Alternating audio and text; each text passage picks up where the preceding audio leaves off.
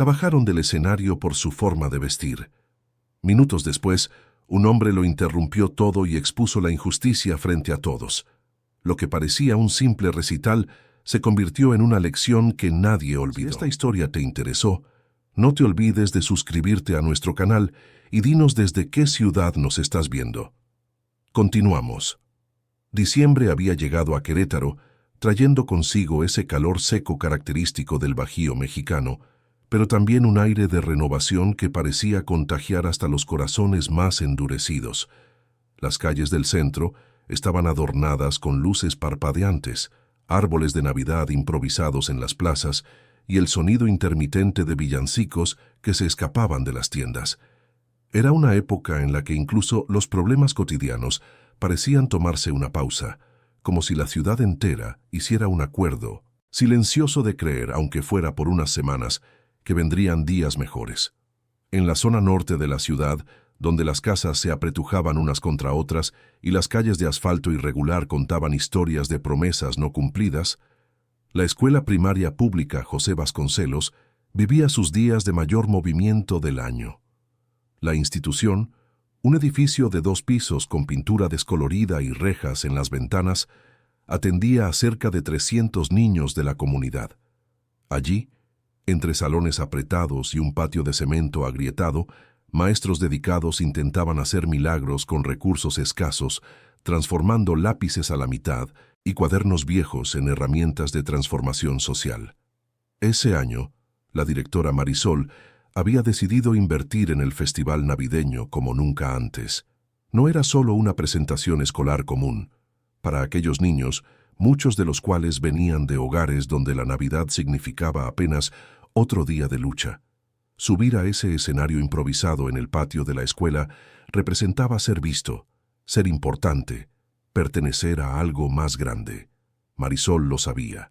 Por eso había movilizado a todo el equipo, conseguido donaciones para montar una decoración digna e incluso convencido a la maestra Elena, conocida por su rigidez y perfeccionismo, de coordinar el coro infantil. Elena Hernández tenía 42 años, el cabello siempre recogido en un chongo impecable y una postura que dejaba claro que no toleraba la mediocridad.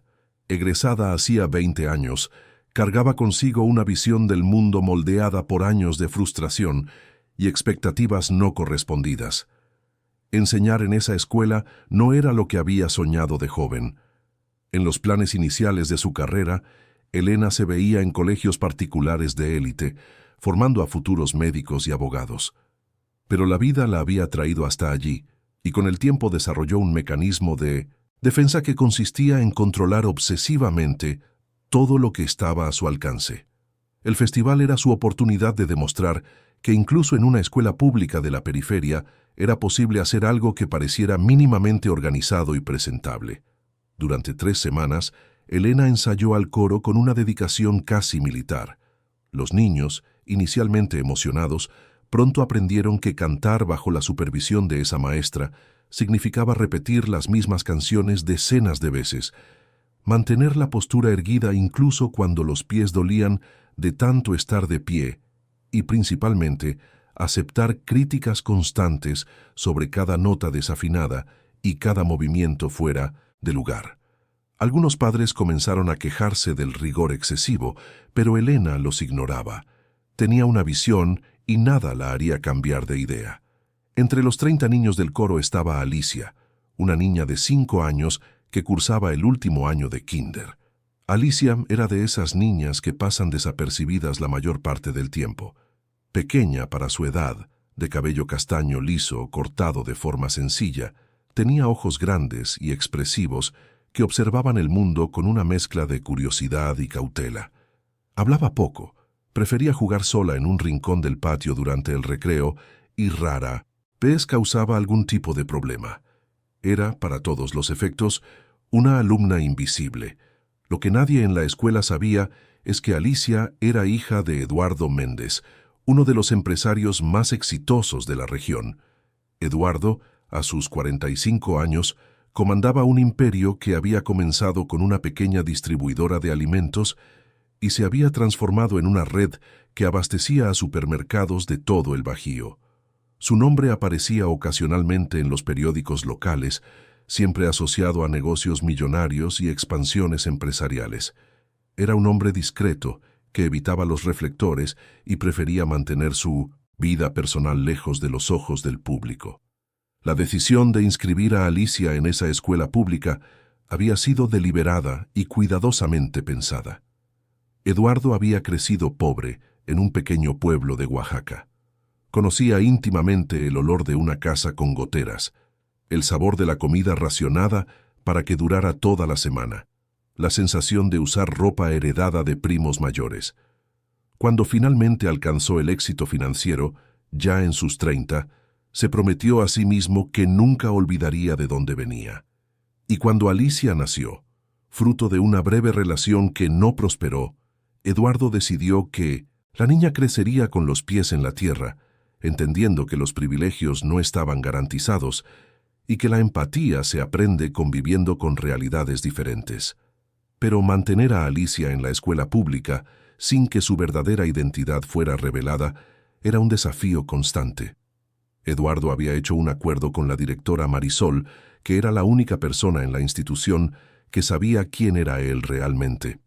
El nombre completo de la niña en los registros escolares era solo Alicia Rodríguez Silva, usando el apellido de la madre.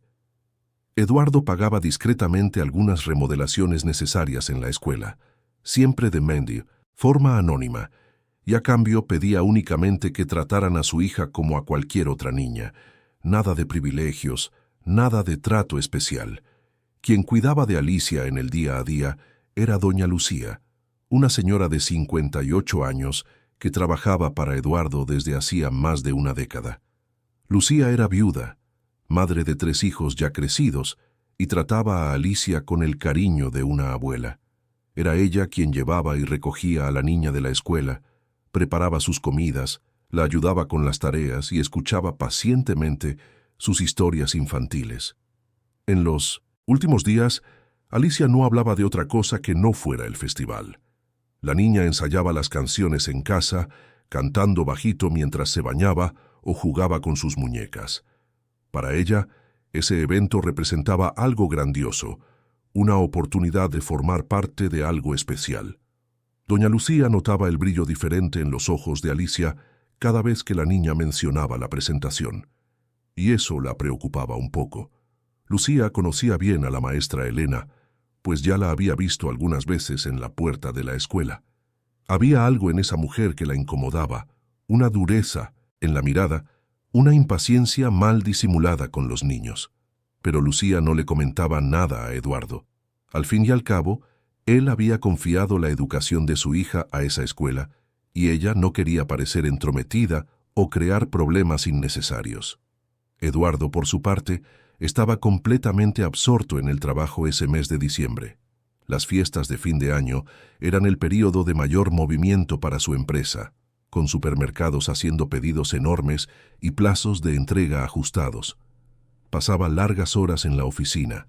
Llegaba a casa tarde en la noche, cuando Alicia ya estaba dormida, y salía por la mañana temprano antes de que ella despertara. Hablaban principalmente por teléfono, llamadas rápidas en las que él le preguntaba sobre su día, y Alicia respondía con el entusiasmo natural de una niña de 5 años. Cuando Alicia mencionó el festival, Eduardo anotó mentalmente la fecha. Quería estar presente. A pesar de su agenda apretada, aquello era importante para su hija, y no se lo perdería por nada. Pero Eduardo tenía un dilema. Sabía que su presencia llamaría la atención. Si aparecía en la escuela como el empresario Eduardo Méndez, habría conmoción. La gente lo trataría de forma diferente. Y eso podría afectar a Alicia de maneras que prefería evitar. La niña merecía vivir ese momento como cualquier otra, sin que el peso del apellido de su padre interfiriera en la experiencia. Fue entonces cuando tuvo una idea que, en el momento, le pareció perfecta. Eduardo llamó a doña Lucía una tarde de jueves, 3 días antes del festival. «Lucía, necesito que me ayudes con algo», dijo por teléfono, con un tono de emoción inusual en su voz. «Claro, señor Eduardo, ¿qué necesita?» «Es sobre el festival de Alicia. Quiero estar ahí, pero no quiero causar un alboroto». Así que tuve una idea. ¿La escuela va a tener un Santa Claus en la presentación? Lucía pensó por un momento. Creo que sí, señor. La directora Marisol comentó algo sobre eso la semana pasada. Perfecto. Entonces voy a disfrazarme de Santa Claus. Así puedo estar ahí, participar en todo, sin que nadie sepa quién soy. Seré solo un papá más queriendo ver a su hija cantar. Al otro lado de la línea, Lucía sonrió. Era una buena idea, típica del señor Eduardo, siempre pensando en formas de proteger a Alicia mientras permanecía presente. Prometió ayudar, consiguiendo información sobre cómo la escuela organizaría la figura de Santa Claus en el evento. En los días siguientes, Alicia se emocionó cada vez más. Doña Lucía ayudó a la niña a elegir la ropa que usaría en el festival. No había mucho de dónde escoger. Alicia tenía poca ropa, toda sencilla, comprada en tiendas populares del centro de la ciudad. Eduardo insistía en eso. Quería que su hija entendiera que la ostentación no era necesaria, pero todo lo que Alicia poseía estaba siempre limpio y bien cuidado gracias a los cuidados de doña Lucía. La ropa elegida fue un vestidito blanco de algodón, simple pero bonito, y unos zapatitos negros de charol que Eduardo había comprado meses atrás para la fiesta de cumpleaños de una compañerita. Doña Lucía planchó la ropa con esmero, asegurándose de que no tuviera ni una arruga. Alicia se lo probó todo la víspera, girando frente al espejo con una amplia sonrisa en el rostro. «Voy a cantar en el escenario, doña Lu», decía la niña, con los ojos brillantes. «Voy a cantar bien fuerte para que todo el mundo me oiga». «Claro que sí, mi niña, vas a ser la más bonita de todas», respondió Lucía, sintiendo que el pecho se le oprimía con una mezcla de orgullo y una pizca de preocupación que no podía explicar. Esa noche, Eduardo llegó a casa más temprano de lo normal. Encontró a Alicia todavía despierta, sentada en la sala viendo caricaturas.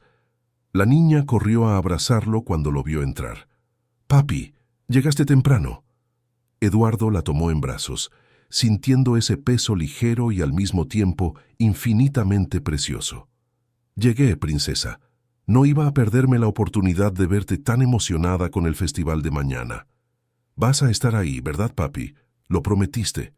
«Sí, iré. Ten por seguro que estaré ahí viéndote cantar».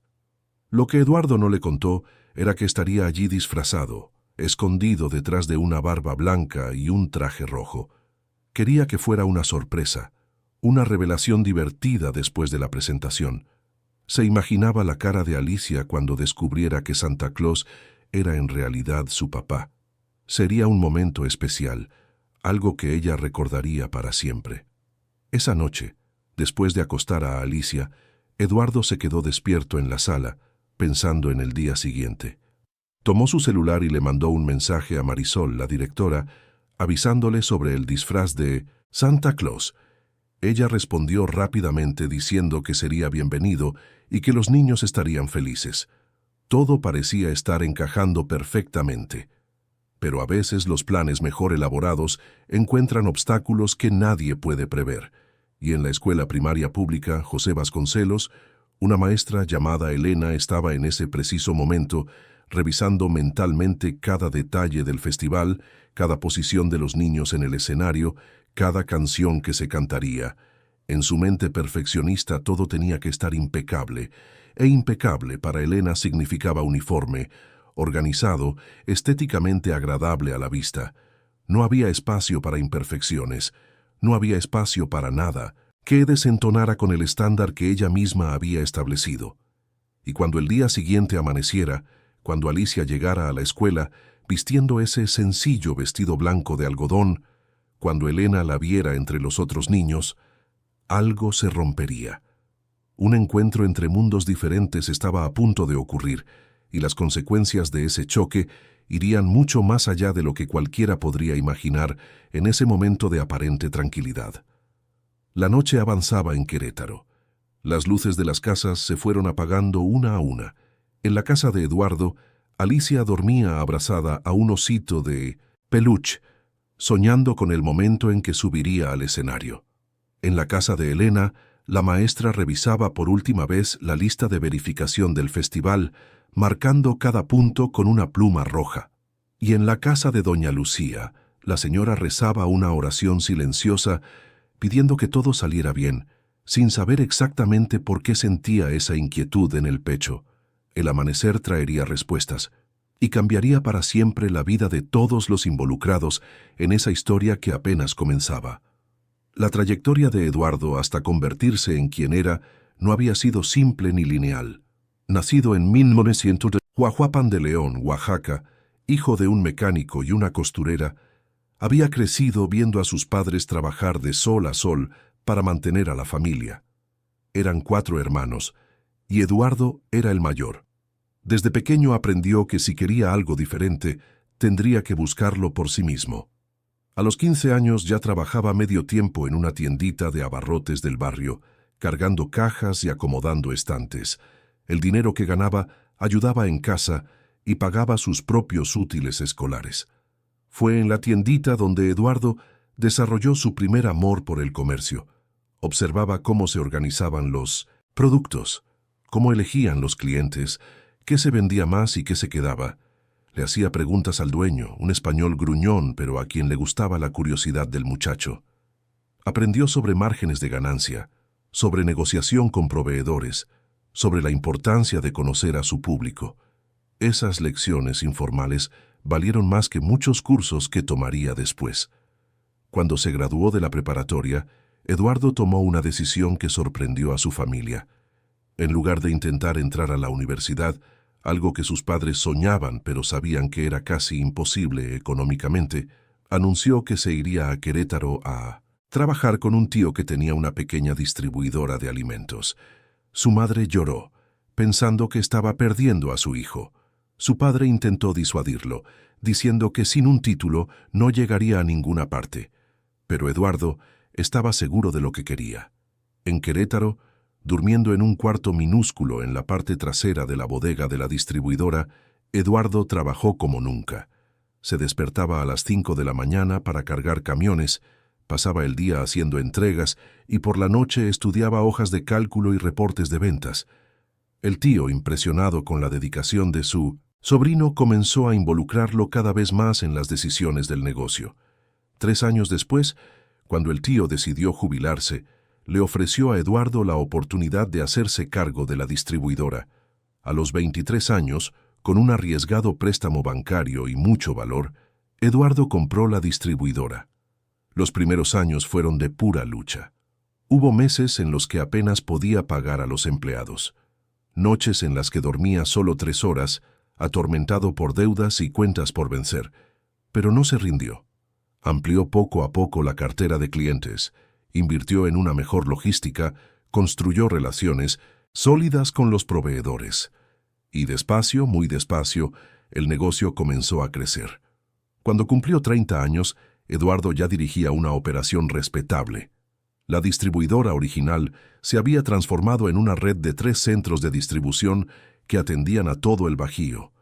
Contrató administradores competentes, modernizó procesos, invirtió en tecnología. El dinero comenzó a llegar, primero en cantidades modestas, luego en volúmenes que él mismo tenía dificultad para creer. A los 35 ya era millonario. A los 40 sus empresas valían más de lo que jamás había soñado posible. Pero el éxito financiero trajo soledad. Eduardo se había casado a los 26 con una muchacha de Querétaro, hija de comerciantes, pero el matrimonio no duró 5 años. Él trabajaba demasiado, siempre estaba de viaje, siempre cerrando negocios. Cuando se dio cuenta, su esposa ya estaba involucrada con otro hombre. El divorcio fue doloroso, pero inevitable. Después de eso, Eduardo tuvo algunas relaciones, pero ninguna prosperó. Las mujeres que se interesaban por él parecían más atraídas por su cuenta bancaria que por la persona que era en realidad. Fue en un evento de beneficencia años después del divorcio que conoció a Renata. Ella era maestra de kinder, voluntaria, en una ONG que atendía a niños necesitados. Conversaron toda la noche sobre temas que no involucraban dinero ni negocios. Renata no tenía idea de quién era Eduardo, y esa ignorancia fue refrescante. Se involucraron, una relación intensa pero breve. Renata quedó embarazada. Cuando lo descubrió, se aterrorizó. No se sentía lista para ser madre. Eduardo, sorprendido al principio, rápidamente abrazó la idea de la paternidad. Le ofreció todo su apoyo, pero Renata fue clara. No quería una relación permanente. Quería seguir con su vida, pero necesitaba que Eduardo se hiciera cargo del bebé. Y así fue como Alicia llegó al mundo. Renata tuvo a la niña. Pasó los primeros meses cuidándola, pero gradualmente se fue distanciando. Hoy vivía en la Ciudad de México, trabajaba en un colegio particular de élite y veía a Alicia solo 2 veces al año en visitas cortas y formales. Eduardo nunca la juzgó por eso. Cada quien tenía su camino. Él asumió la paternidad con toda la intensidad de la que era capaz, aun sabiendo que criar a una niña solo mientras dirigía un imperio empresarial sería un desafío. Doña Lucía entró en sus vidas cuando Alicia tenía apenas 6 meses. Eduardo la contrató inicialmente como niñera, pero ella rápidamente se convirtió en mucho más que eso. Era confidente, consejera y la figura materna que Alicia necesitaba. Lucía también tenía su propia historia de dolor. Había perdido a su esposo en un accidente de trabajo 15 años antes, cuando sus hijos aún eran pequeños. Crió a los 3 prácticamente sola, cosiendo y haciendo el aseo en casas para pagar las cuentas.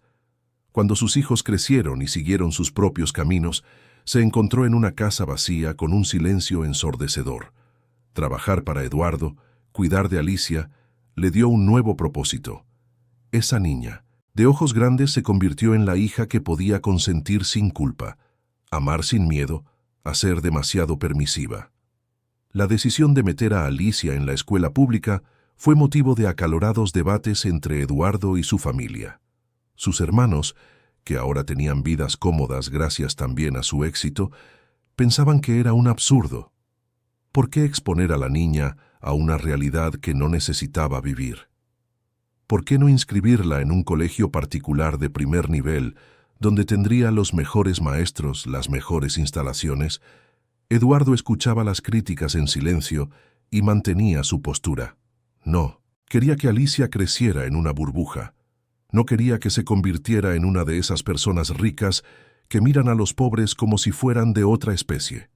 Quería que supiera, desde pequeña, que el mundo real estaba hecho de personas como las que estudiaban con ella, gente que luchaba todos los días por dignidad, por respeto, por oportunidades. Pero había momentos en los que incluso Eduardo dudaba de su elección. Cuando veía el edificio desgastado de la escuela, los salones superpoblados, los recursos escasos, cuando Alicia llegaba a casa contando que no había tenido clase porque el maestro había faltado o que el bebedero llevaba semanas descompuesto. En esos momentos, Eduardo se cuestionaba si no estaba siendo demasiado idealista, sacrificando la educación de su hija por principios abstractos. Fue entonces cuando conoció mejor a la directora Marisol. En una reunión privada, solicitada por él mismo, Eduardo se sinceró sobre sus dilemas. Marisol, una mujer de 50 y tantos años que había dedicado toda su vida a la educación pública, lo escuchó con paciencia.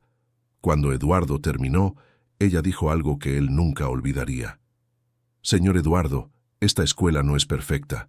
No tenemos computadoras de última generación, no tenemos una biblioteca grande, no tenemos una cancha techada. Pero ¿sabe qué tenemos? Tenemos maestros que se levantan todos los días y vienen aquí porque creen que la educación transforma vidas. Tenemos niños que necesitan creer que son capaces, que merecen respeto, que tienen futuro. Y si personas como usted sacan a sus hijos de aquí, si todos los que pueden elegir siempre eligen lo particular, ¿qué les queda a estos niños? ¿Qué le queda a esta escuela? El mensaje que queda es que solo quien no tiene otra opción estudia aquí. Y eso mata cualquier posibilidad de mejora». Las palabras de Marisol le llegaron al alma. Eduardo decidió no solo mantener a Alicia en la escuela, sino también comenzar a contribuir de forma más activa, siempre anónima, para pequeñas mejoras. Un bebedero nuevo por aquí, útiles escolares por allá, la reparación del techo que goteaba. Marisol administraba estas contribuciones con discreción y poco a poco la escuela fue mejorando. Otros padres comenzaron a notarlo y también se involucraron. La comunidad se fortaleció. Y Alicia, a pesar de las limitaciones estructurales, era feliz. Tenía amiguitas, le gustaban sus maestras, aprendía. Era tratada como cualquier otra niña, sin privilegios ni expectativas exageradas. Hasta ese momento, el plan de Eduardo parecía estar funcionando perfectamente. Alicia estaba creciendo con empatía, con los pies en la tierra, sin perder la inocencia natural de la infancia. Pero no todo en la escuela era armonioso. Elena Hernández representaba un problema que ni Marisol sabía exactamente cómo resolver. La maestra era competente técnicamente, dominaba bien el contenido que enseñaba, pero había algo en ella que generaba incomodidad, una rigidez excesiva, una falta de sensibilidad para lidiar con las realidades de aquellos niños. Marisol ya había recibido quejas sutiles de otros padres, pero nada lo suficientemente grave como para justificar una acción más drástica. Elena nunca había sido agresiva o claramente abusiva. Era simplemente dura, fría, demasiado exigente.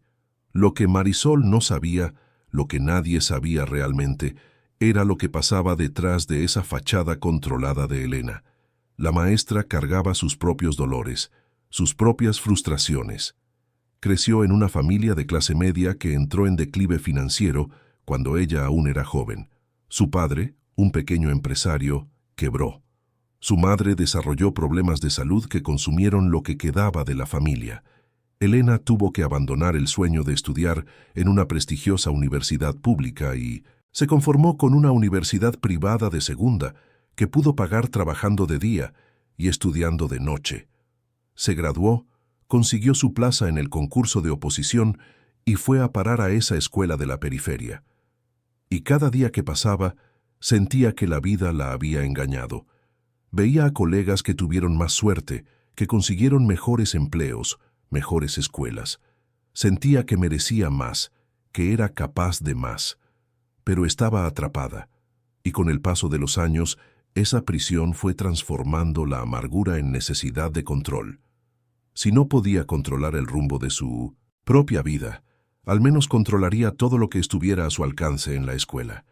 Y el festival era su obra maestra, su oportunidad de demostrar que incluso allí, en ese lugar que secretamente despreciaba, era posible hacer algo impecable.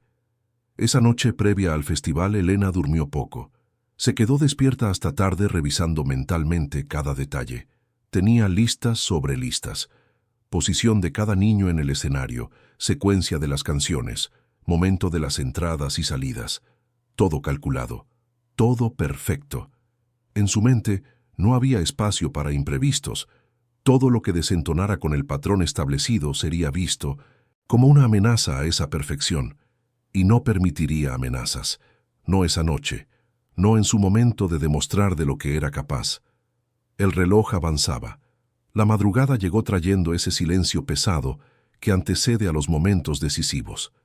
En diferentes casas por la ciudad, la gente dormía o intentaba dormir, cada uno cargando sus expectativas para el día siguiente. Eduardo, Alicia, Lucía, Elena, Marisol. Vidas que hasta entonces seguían caminos paralelos, a punto de cruzarse de una forma que nadie podría prever. A veces el destino se revela poco a poco, otras veces explota de una vez, transformando lo común en extraordinario, lo trivial en memorable. Y en la mañana que estaba a punto de nacer, cuando el sol volviera a iluminar las calles de Querétaro, sería uno de esos momentos explosivos. Sería el inicio de una cadena de eventos que cambiaría no solo esas vidas específicas, sino a toda una comunidad. Sería, aunque nadie lo supiera todavía, el comienzo de una gran transformación.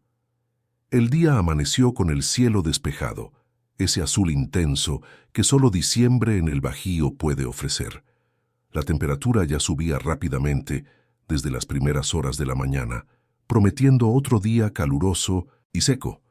En Querétaro la ciudad despertaba poco a poco, con el movimiento habitual de gente yendo al trabajo, camiones llenos, el tráfico comenzando a formarse en las avenidas principales. En casa de Eduardo, Alicia se despertó más temprano de lo normal, con una emoción que no podía contener. Saltó de la cama y corrió al cuarto de su padre, encontrándolo aún dormido. «Papi, papi, despierta, hoy es el día del festival», dijo, sacudiéndole el brazo. Eduardo abrió los ojos lentamente, todavía somnoliento, pero sonrió al ver a su hija tan animada. «Ya sé, princesa, ya me estoy despertando. Ve a decirle a doña Lu que te prepare el desayuno». Doña Lucía ya llevaba un rato de pie. En realidad, ella tampoco había podido dormir bien, invadida por esa inquietud inexplicable que la acompañaba desde la víspera. Preparó el desayuno con un cariño especial. Hizo pan dulce calientito, jugo de naranja natural, fruta picada. Alicia comió rápidamente, hablando sin parar sobre las canciones que cantaría, sobre lo nerviosa pero emocionada que estaba, sobre cómo creía que a todo el mundo le iba a gustar. Eduardo desayunó observando a su hija, con el corazón apretado por ese amor inmenso y protector que solo los padres conocen. Sabía que en unas pocas horas estaría allí, en el patio de esa escuela, presenciando un momento importante en la vida de Alicia. Y estaría disfrazado, escondido, observando todo sin ser reconocido. La idea todavía le parecía ingeniosa. Después del desayuno, doña Lucía llevó a Alicia a bañarse. Le lavó el cabello con cuidado, la peinó con cariño, le puso un moñito blanco que combinaba perfectamente con el vestido. La ropa estaba impecablemente planchada, guardada en un gancho desde el día anterior. Alicia se vistió con la ayuda de Lucía, se miró en el espejo y giró satisfecha con lo que veía. «¿Estoy bonita, doña Lu?» «Claro que sí, mi niña, la más bonita de todas». Eduardo apareció en la puerta del cuarto ya vestido para salir. Necesitaba ir a la oficina por unas horas, resolver algunos asuntos urgentes, pero volvería a tiempo para disfrazarse e ir a la escuela. Se agachó a la altura de Alicia, le acomodó el moñito en el cabello. «Estás preciosa, mi princesa. En un ratito te veo allá en la escuela. ¿Sale? ¿Prometes que vas a estar ahí, papi?» «Lo prometo, y yo nunca rompo mis promesas». Cuando Eduardo se fue, Alicia se quedó contando los minutos para la hora de ir a la escuela. El festival comenzaría a las 3 de la tarde, pero los niños tenían que llegar más temprano para los preparativos finales. Doña Lucía había quedado de llevar a Alicia alrededor de las 2. El trayecto en coche era corto, unos 15 minutos, pero prefirió salir con anticipación para evitar cualquier imprevisto. Mientras tanto, en la escuela, Elena había llegado aún más temprano de lo normal. A las 10 de la mañana ya estaba allí, verificando cada detalle de la decoración, probando el equipo de Vintage sonido, revisando que las sillas para los invitados estuvieran todas alineadas. Algunos empleados la ayudaban, pero ella corregía todo lo que no estaba exactamente como quería. Un poco más a la derecha. No, esa pancarta está chueca. Ese micrófono tiene que estar más alto. Era implacable. Marisol, la directora, pasó por el patio alrededor del mediodía y encontró a Elena midiendo con una cinta métrica la distancia entre las filas de sillas. «Elena, ¿no crees que estás exagerando un poco? Es una presentación escolar, no una gala en el Palacio de Bellas Artes», dijo Marisol, tratando de sonar bromista, pero con una pizca de preocupación real. Elena ni siquiera levantó la vista de la cinta. «Directora, si vamos a hacer algo, vamos a hacerlo bien. No acepto la mediocridad. La gente va a ver que incluso aquí, en esta escuela, somos capaces de hacer algo de calidad». Marisol suspiró. Conocía ese tono, esa postura rígida. No valía la pena discutir. Dejó a Elena con sus mediciones y volvió a la dirección, donde tenía pilas de papeles que firmar. Pero se quedó con esa sensación incómoda en el pecho, una voz interna que le decía que algo no estaba bien. Intentó ignorarla. Al fin y al cabo, ¿qué podría salir mal en un simple festival navideño? A las 2 de la tarde, los primeros padres comenzaron a llegar. El patio se fue llenando poco a poco, un murmullo animado apoderándose del ambiente. Las sillas se fueron ocupando. Los niños corrían de un lado para otro todavía con ropa normal, esperando el momento de ponerse los trajes del coro. La decoración, había que admitirlo, estaba realmente bonita. Elena había logrado transformar ese patio simple en un escenario festivo, con estrellas doradas colgando del techo, un imponente árbol de Navidad en un rincón y luces parpadeantes enrolladas en las rejas de las ventanas. Fue en ese momento que doña Lucía llegó con Alicia. La niña se aferraba a la mano de la niñera, con los ojos muy abiertos al ver todo ese movimiento. Lucía la llevó hasta donde los otros niños del coro se estaban reuniendo, cerca del escenario improvisado. Alicia se unió a sus compañeros, recibiendo saludos de algunas maestras que pasaban. Todo parecía ir bien. Elena apareció minutos después, cargando una tabla con papeles y pasando lista. Iba marcando nombre por nombre, verificando que todos hubieran llegado. Cuando llegó a Alicia, se detuvo. Miró a la niña de arriba abajo, con esa mirada analítica y fría que hacía que algunos niños se encogieran. Alicia sonrió, esperando un cumplido, un saludo. Pero lo que vino fue muy diferente. ¿Ese es el vestido que vas a usar en la presentación?, preguntó Elena con un tono que ya denotaba desaprobación. Alicia, sin entender la gravedad de la pregunta, asintió con la cabeza, todavía sonriendo. Elena frunció el ceño. No, esto no puede ser. La ropa está totalmente fuera del estándar. Mira a las otras niñas, ¿ves cómo están uniformes? Alicia miró a su alrededor. Las otras niñas del coro llevaban vestidos parecidos, la mayoría blancos o en tonos pastel, pero había una variedad de modelos. Algunos más elaborados, con holanes y detalles, otros más simples como el suyo. Alicia no veía una diferencia significativa, pero Elena sí. Para ella el vestido de Alicia era demasiado simple, sin brillo, sin gracia. Desentonaba con la imagen que quería proyectar.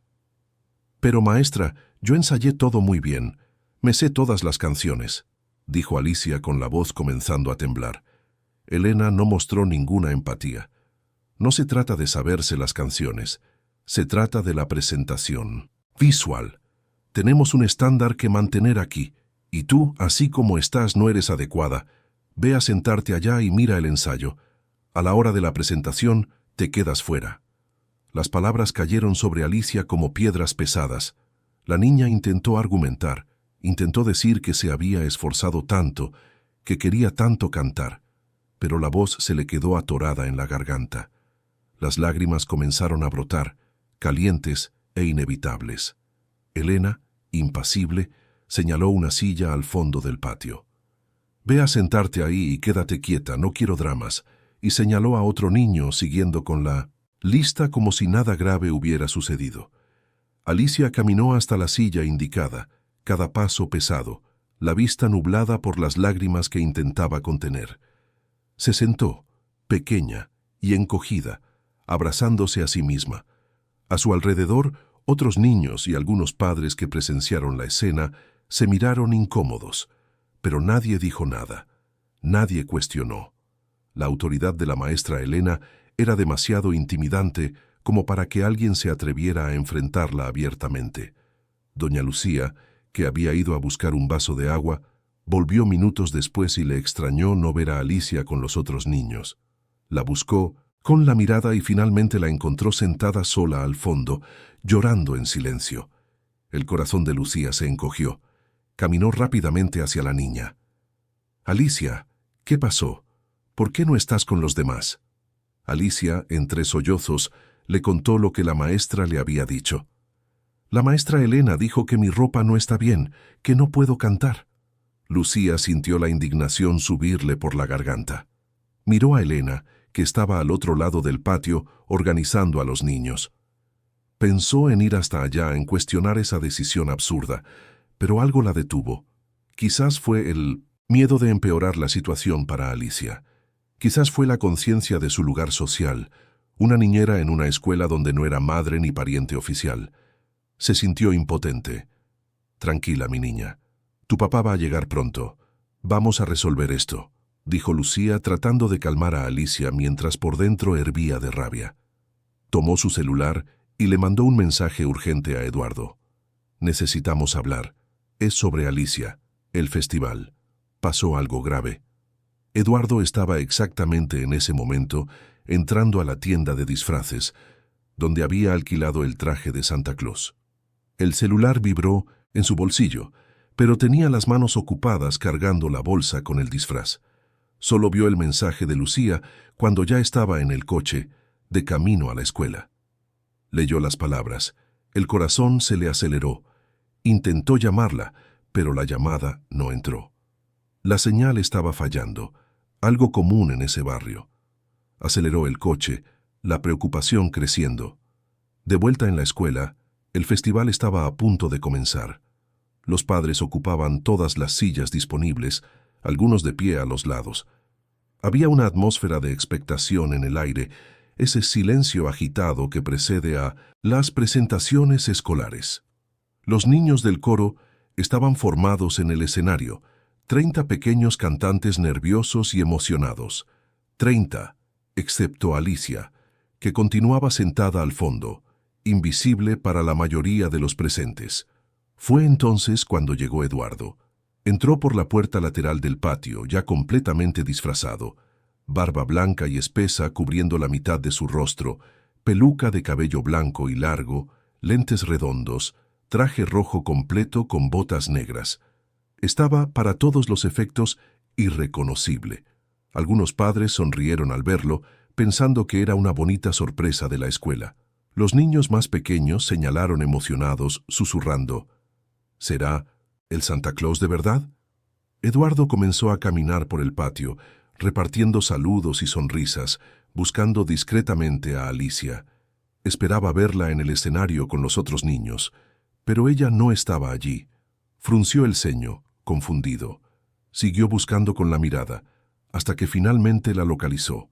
Sola, al fondo, con la cabeza gacha y los hombros caídos en una postura de derrota que le apretó el corazón como una prensa. Eduardo caminó hasta allá, agachándose frente a la silla donde estaba Alicia.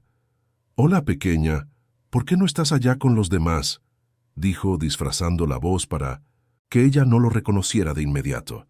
Alicia levantó el rostro, los ojos rojos de tanto llorar. «La maestra dijo que mi ropa no es bonita, que no puedo cantar». Las palabras golpearon a Eduardo como puñetazos en el estómago.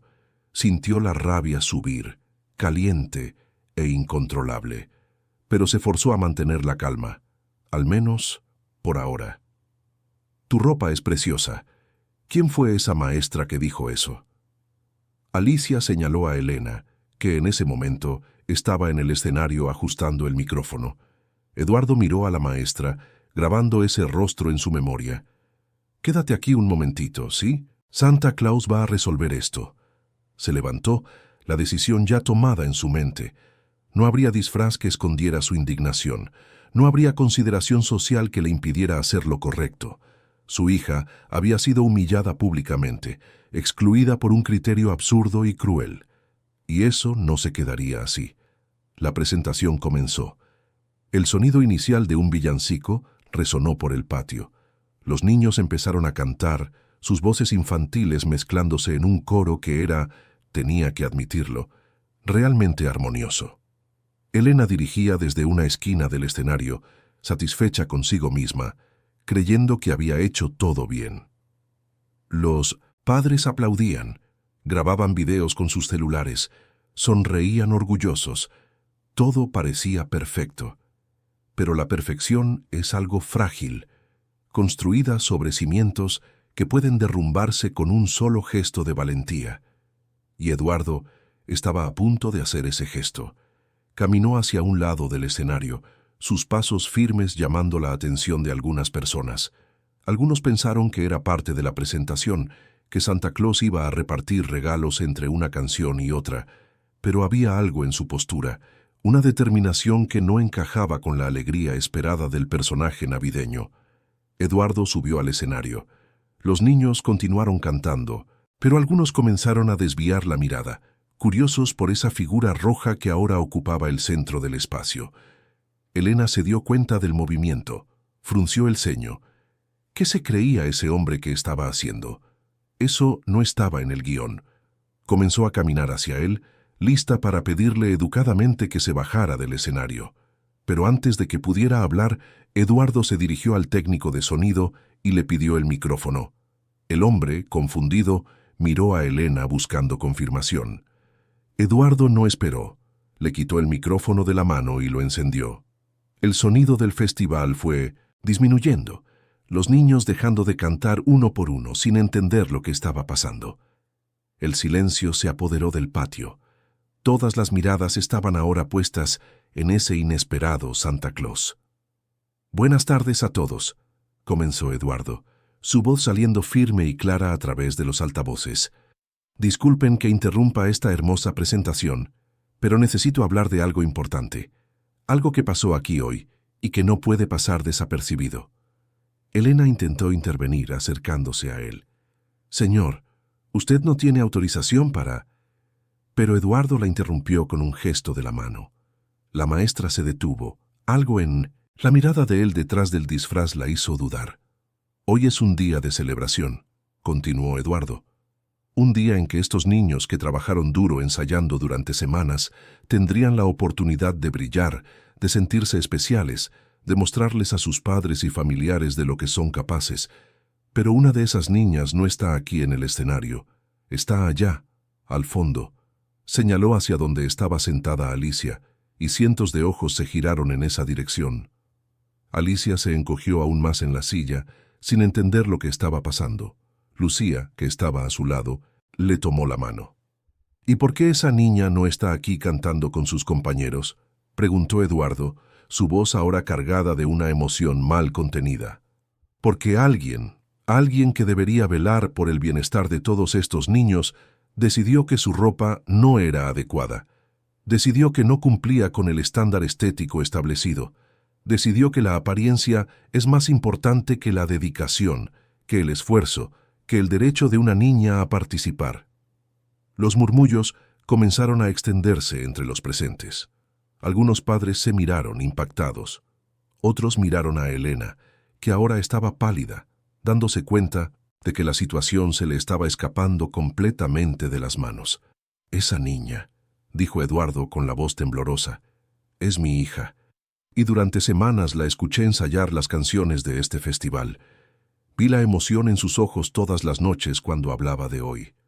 Vi cómo se preparó con tanto cariño, escogiendo la mejor ropa que tiene, peinándose, soñando con este momento». El patio estaba en absoluto silencio ahora. Hasta el sonido del tráfico de afuera parecía haber desaparecido. Eduardo comenzó a quitarse la barba postiza lentamente, revelando su rostro. Cuando la barba cayó por completo, se quitó también el gorro rojo y la peluca. Algunos padres reconocieron de inmediato ese rostro. Eduardo Méndez, el empresario. Los susurros se intensificaron. Elena sintió que las piernas le flaqueaban. Su cerebro intentaba procesar lo que estaba sucediendo. ¿Ese hombre era el padre de Alicia? ¿La niña que ella creía que venía de una familia pobre, cuya exclusión había justificado basándose exactamente en esa suposición? Y peor, ¿era Eduardo Méndez? «Inscribí a mi hija en esta escuela por una razón», continuó Eduardo, ahora sin disimular la emoción en su voz. «Quería que creciera entendiendo que todas las personas tienen valor, independientemente de cuánto dinero tengan o qué ropa vistan. Quería que aprendiera empatía, respeto, humanidad. ¿Pero qué aprendió aquí hoy? Aprendió que es juzgada por su apariencia. Aprendió que no importa cuánto te esfuerces, si tu ropa no es considerada lo suficientemente buena, no eres bienvenida. Si estuvieras en el lugar de Alicia, ¿habrías aceptado esta injusticia o habrías luchado por tus derechos? Cuéntanos en los comentarios». Marisol, la directora, que estaba de pie a un lado del patio, sintió que la sangre se le helaba en las venas. Ella no sabía nada de esto. No había sido consultada sobre la exclusión de Alicia. Elena había tomado esa decisión sola, y ahora, frente a todos, la escuela estaba siendo expuesta por una falta grave. Comenzó a caminar hacia el escenario, pero Eduardo siguió hablando. «No estoy aquí para avergonzar a nadie», dijo, mirando alrededor del patio, haciendo contacto visual con varios padres. «Estoy aquí porque creo que todos nosotros, los adultos, tenemos la responsabilidad de proteger a nuestros niños, de garantizar que sean tratados con dignidad y respeto, y cuando eso no sucede, necesitamos tener el valor de hablar, de cuestionar, de exigir un cambio». Se giró hacia Elena, que estaba ahora prácticamente sin reacción. Maestra, usted puede tener sus razones, puede tener sus justificaciones, pero le voy a decir una cosa. Ninguna razón, ninguna justificación en el mundo es suficiente para humillar a una niña, para hacerla sentir que no es lo suficientemente buena, para robarle un momento que debería ser de alegría y transformarlo en dolor. Elena intentó hablar, la boca se le abría y cerraba, pero no salía ningún sonido. Quería defenderse, quería explicar su razonamiento sobre mantener la armonía visual, sobre estándares y organización, pero de repente todas esas justificaciones sonaban huecas, mezquinas, crueles. Eduardo bajó del escenario y caminó hasta donde estaba Alicia. La niña lo miró, con los ojos todavía húmedos. «¿Papi? ¿Eras tú el Santa Claus?» Eduardo sonrió, aunque sus propios ojos estaban llorosos. «Sí, mi princesa, y ahora voy a llevarte al lugar donde siempre debiste haber estado». La tomó de la mano y comenzó a caminar con ella, de regreso al escenario. Marisol corrió para interceptarlos, no para impedirlo, sino para apoyarlo. «Señor Eduardo, yo no sabía nada de esto. Por favor, créame». «Alicia, mi amor, claro que vas a cantar. Ven, vamos a ponerte con los demás». Miró a Elena, con una dureza que la maestra nunca había visto antes. «Usted y yo vamos a hablar después, en mi oficina, ahora mismo». Los otros niños del coro, que hasta entonces estaban paralizados sin saber cómo reaccionar, comenzaron a moverse. Algunos compañeros de Alicia la llamaron, haciéndole un espacio entre ellos. «Ven, Alicia, ven a cantar con nosotros». La niña miró a su padre, quien asintió animándola. «Ve, princesa, es tu momento». Alicia subió al escenario de nuevo, esta vez no como una excluida, sino como la protagonista de ese dramático giro de los acontecimientos. Se posicionó entre sus compañeros, que la recibieron con sonrisas. El técnico de sonido reinició la música. Los niños comenzaron a cantar de nuevo, pero ahora con una carga emocional completamente diferente. Muchos padres en el público estaban llorando. Algunos grababan el momento, sabiendo que eran testigos de algo mucho más grande que una simple presentación escolar. La voz de Alicia, pequeña al principio, fue ganando fuerza. Cantaba mirando a su padre, que estaba ahora a un lado del escenario, grabando todo con su celular, el rostro marcado por lágrimas de orgullo y emoción. Eduardo se daba cuenta de que no se trataba solo del festival, se trataba de justicia, de dignidad, de enseñarle a Alicia que ella tenía valor, que merecía respeto, que nadie tenía el derecho de hacerla sentir menos de lo que era. Cuando la canción terminó, el aplauso que resonó en el patio fue ensordecedor. La gente se puso de pie, una ovación que duró minutos. Aplaudían a los niños, pero también aplaudían el valor de un padre, la ruptura de un silencio cómplice, la denuncia de una injusticia. Elena, en un rincón del escenario, observaba todo como una estatua. Sabía que su vida nunca volvería a ser la misma después de Mitten Minorintes, ese día, que aquello tendría consecuencias, y por primera vez en mucho tiempo se vio forzada a mirar hacia adentro, a cuestionar las decisiones que había tomado, los valores que había abrazado, la persona en la que se había convertido. El festival continuó, se cantaron otras canciones, pero nada opacó lo que había sucedido. Ese momento quedaría grabado en la memoria de todos los presentes, y en los días siguientes, cuando la historia se extendiera, cuando los padres comenzaran a compartir el video que muchos grabaron, cuando los periódicos locales retomaran el caso, las ondas de ese evento comenzarían a expandirse de formas que nadie allí podría prever. Lo que parecía el fin era, en realidad, solo el comienzo de una transformación mucho mayor. El festival terminó poco después de las 5 de la tarde, cuando el sol ya comenzaba a descender en el horizonte, tiñendo el cielo de Querétaro con tonos anaranjados. Los padres fueron saliendo poco a poco, llevando a sus hijos, pero los murmullos sobre lo que había sucedido continuaban resonando por los pasillos y en el estacionamiento improvisado frente a la escuela. Se formaban grupos, personas intercambiando impresiones, opiniones, grabaciones en video que ya comenzaban a circular por los grupos de WhatsApp de la comunidad. Eduardo permaneció en la escuela incluso después de que la mayoría se hubiera ido. Alicia estaba con doña Lucía en el patio, comiendo un pedazo de pastel que una de las cocineras le había traído especialmente. La niña estaba más tranquila ahora, el trauma del inicio de la tarde siendo poco a poco reemplazado por la alegría de haber finalmente cantado, de haber sido vista, valorada. Pero Eduardo sabía que la conversación que necesitaba tener con la directora Marisol no podía esperar. Encontró a Marisol en su oficina, sentada detrás de su escritorio con la cabeza entre las manos.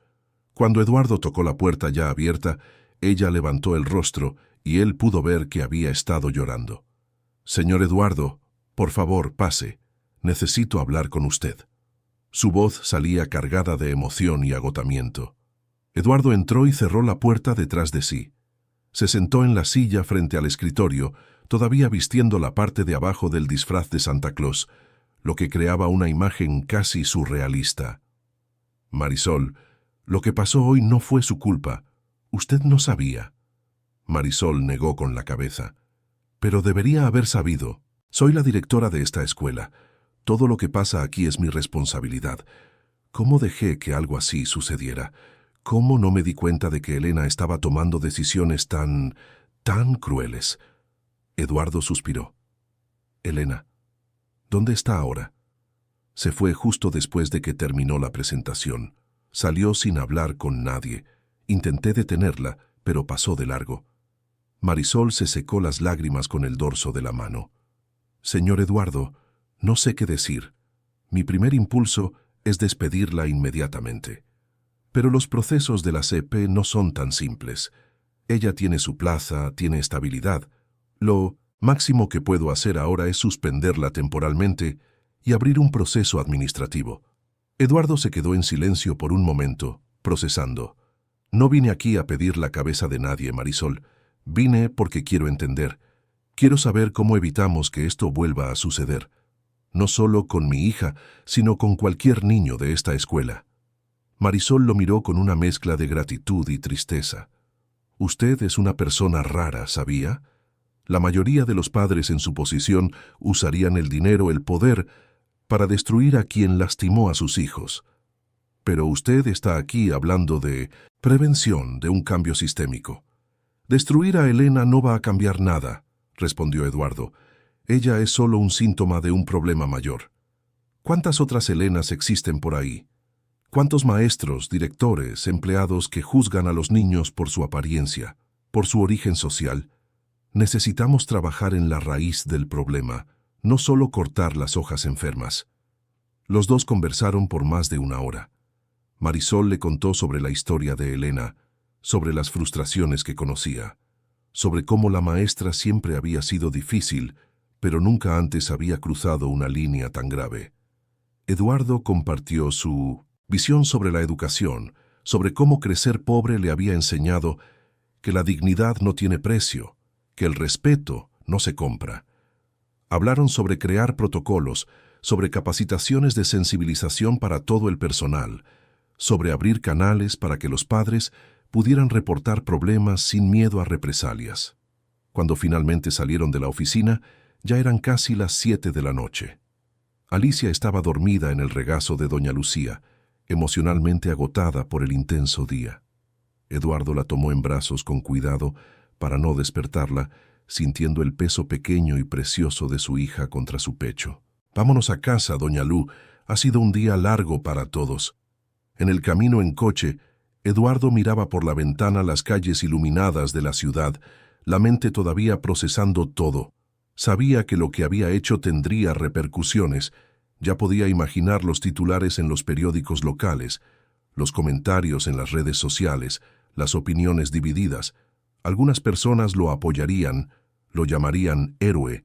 Otras dirían que exageró, que humilló a una maestra públicamente, que usó su poder para conseguir lo que quería. Pero Eduardo no se arrepentía. Haría todo de nuevo si fuera necesario. Mientras tanto, al otro lado de la ciudad, Elena llegaba a su pequeño y silencioso departamento. Vivía sola desde hacía años, desde que un breve y malogrado matrimonio había terminado. No tenía hijos, no tenía mascotas. La soledad era su compañera constante, algo que había aprendido a soportar construyendo muros emocionales cada vez más altos. Pero esa noche, los muros se estaban derrumbando. Elena se sentó en el sofá de la sala y finalmente permitió que las lágrimas vinieran. Lloró por horas, un llanto profundo que venía de un lugar que había mantenido cerrado por mucho tiempo. Lloró por la humillación pública que había sufrido, sí, pero también por algo más profundo. Lloró por la persona en la que se había convertido, por la maestra dura e insensible que un día fue una joven idealista soñando con transformar vidas a través de la educación. ¿Cuándo exactamente había perdido el camino? ¿Cuándo la amargura había reemplazado a la compasión? Elena intentaba recordar. Quizás había sido gradual, una serie de pequeñas decepciones que poco a poco endurecieron su corazón. El sistema educativo que la frustraba, los alumnos que no correspondían a sus expectativas, los colegas que juzgaba como mediocres, los padres que cuestionaban sus métodos. Había construido una armadura de rigidez y control como defensa contra un mundo que sentía hostil. Y en ese proceso había perdido de vista lo que realmente importaba. Los niños, Alicia, la niñita de ojos grandes y vestido simple. Elena intentaba recordar si alguna vez había mirado realmente a esa niña, si había visto más allá de la ropa, más allá de la apariencia, y tuvo que admitir, con un dolor punzante en el pecho, que no. Había mirado a Alicia y solo había visto un problema estético que resolver. No había visto a una niña con sueños, con sentimientos, con un valor intrínseco. Había tratado a Alicia como un objeto, no como un ser humano, y la peor parte era que Alicia no había sido la primera. Elena comenzó a rememorar otros incidentes a lo largo de los años, otros niños con los que había sido demasiado dura, a los que había rechazado de formas sutiles o explícitas. ¿Cuántas otras Alicias había creado? ¿Cuántos otros niños salieron de sus clases sintiéndose inadecuados, no vistos, desvalorizados? La cuenta era imposible, pero el peso era abrumador. Esa noche Elena tomó una decisión. No volvería a la escuela. Pediría su cambio. Se jubilaría anticipadamente. Cualquier cosa. Ya no podía mirar a la cara a esos niños, a esos padres, a esos colegas. La vergüenza era demasiado grande. Pero más que eso, se dio cuenta de que ya no tenía el derecho de estar en un salón de clases. Había perdido la esencia de lo que significa ser educadora. Y reconquistar eso, si es que era posible, exigiría un trabajo interno profundo que no sabía si tenía el valor de hacer. Los días siguientes fueron turbulentos. La historia se extendió por la ciudad como pólvora. El video del momento en que Eduardo interrumpió el festival se viralizó localmente, siendo compartido miles de veces. Los periódicos publicaron artículos, algunos equilibrados, otros sensacionalistas. Eduardo Méndez protege a su hija en escuela pública.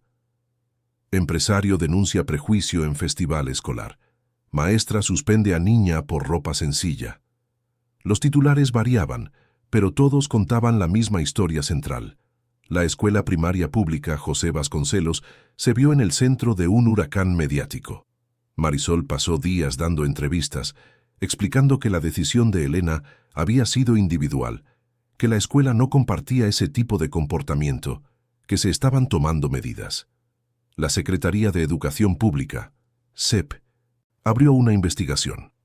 El Sindicato Nacional de Trabajadores de la Educación, SNTE, se manifestó, dividido entre defender a una colega y reconocer que lo que había hecho era indefendible. Entre los padres, las reacciones fueron mixtas. Muchos apoyaron a Eduardo. Algunos incluso se acercaron a él personalmente para agradecerle por haber tenido el valor de exponer un problema que muchos conocían, pero nadie denunciaba. Otros, sin embargo, criticaron sus métodos. Lo acusaron de haber usado su posición de empresario rico para humillar a una maestra públicamente, de haber roto el protocolo escolar, de haber transformado una situación que podría haberse resuelto discretamente en un espectáculo. Eduardo leía los comentarios en las redes sociales escuchaba las opiniones, pero se mantenía firme. Dio varias entrevistas explicando su perspectiva. No hice eso por ser rico, decía. Lo hice porque era lo correcto. Cualquier padre, rico o pobre, tendría el derecho y el deber de defender a su hijo en una situación así. El problema es que muchos padres pobres no tienen voz. Son intimidados por el sistema, por el miedo a las represalias, por la sensación de impotencia. Yo tengo una plataforma, tengo recursos, así que los usé a favor no solo de mi hija, sino de todos los niños que pasan por situaciones similares y no tienen quien hable por ellos. Las palabras de Eduardo resonaron con muchas personas. En los días siguientes, Marisol comenzó a recibir reportes de otros padres sobre situaciones parecidas que habían ocurrido a lo largo de los años. Nada tan grave como el caso de Alicia, pero pequeñas discriminaciones, comentarios sutiles, tratos diferentes basados en la apariencia o el origen social. Un padre contó que a su hijo le impidieron participar en una excursión porque no tenía dinero para la cooperación voluntaria. Una madre relató que a Binonetze, su hija siempre la sentaban al fondo del salón porque usaba lentes viejos y remendados. Otro padre mencionó que el maestro de educación física solo elegía para los equipos a los niños que tenían uniformes deportivos caros. Cada relato era una puñalada en el corazón de Marisol. Siempre había creído que su escuela era diferente, que a pesar de las dificultades estructurales, había allí un compromiso genuino con todos los niños. Pero estaba empezando a darse cuenta de que había problemas sistémicos que había ignorado por mucho tiempo. Problemas que solo salían a la luz cuando alguien tenía el valor de hablar lo suficientemente alto como para ser escuchado. Eduardo, por su parte, también estaba cambiando. En los días posteriores al festival, pasó más tiempo con Alicia del que había pasado en meses. Canceló reuniones, delegó tareas, priorizó estar presente. Conversaba largamente con su hija, explicándole en un lenguaje sencillo por qué hizo lo que hizo, asegurándose de que ella entendiera que no había hecho nada malo, que su ropa sí era bonita, que ella tenía valor independientemente de lo que dijera cualquier persona. Alicia, poco a poco, fue procesando lo ocurrido. Hacía preguntas sobre la maestra Elena, sobre por qué había sido tan mala. Eduardo intentaba explicar sin demonizar a la maestra, sin plantar semillas de odio en el corazón de su hija. A veces, mi princesa, las personas hacen cosas malas, no porque sean malas, sino porque están heridas por dentro. La maestra Elena cometió un error grave, pero ella también es una persona que necesita ayuda para sanar. Una semana después del festival, una tarde de jueves, Eduardo recibió una llamada de Marisol. «Señor Eduardo, necesito hablar con usted. ¿Puede venir a la escuela? Hay algo que necesita ver».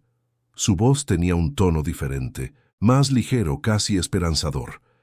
Eduardo aceptó y fue para allá al final de la tarde. Cuando llegó, Marisol lo llevó a una sala de juntas donde unos 20 padres estaban reunidos. Eduardo reconoció algunas caras, padres que habían estado en el festival. Marisol pidió que todos se sentaran.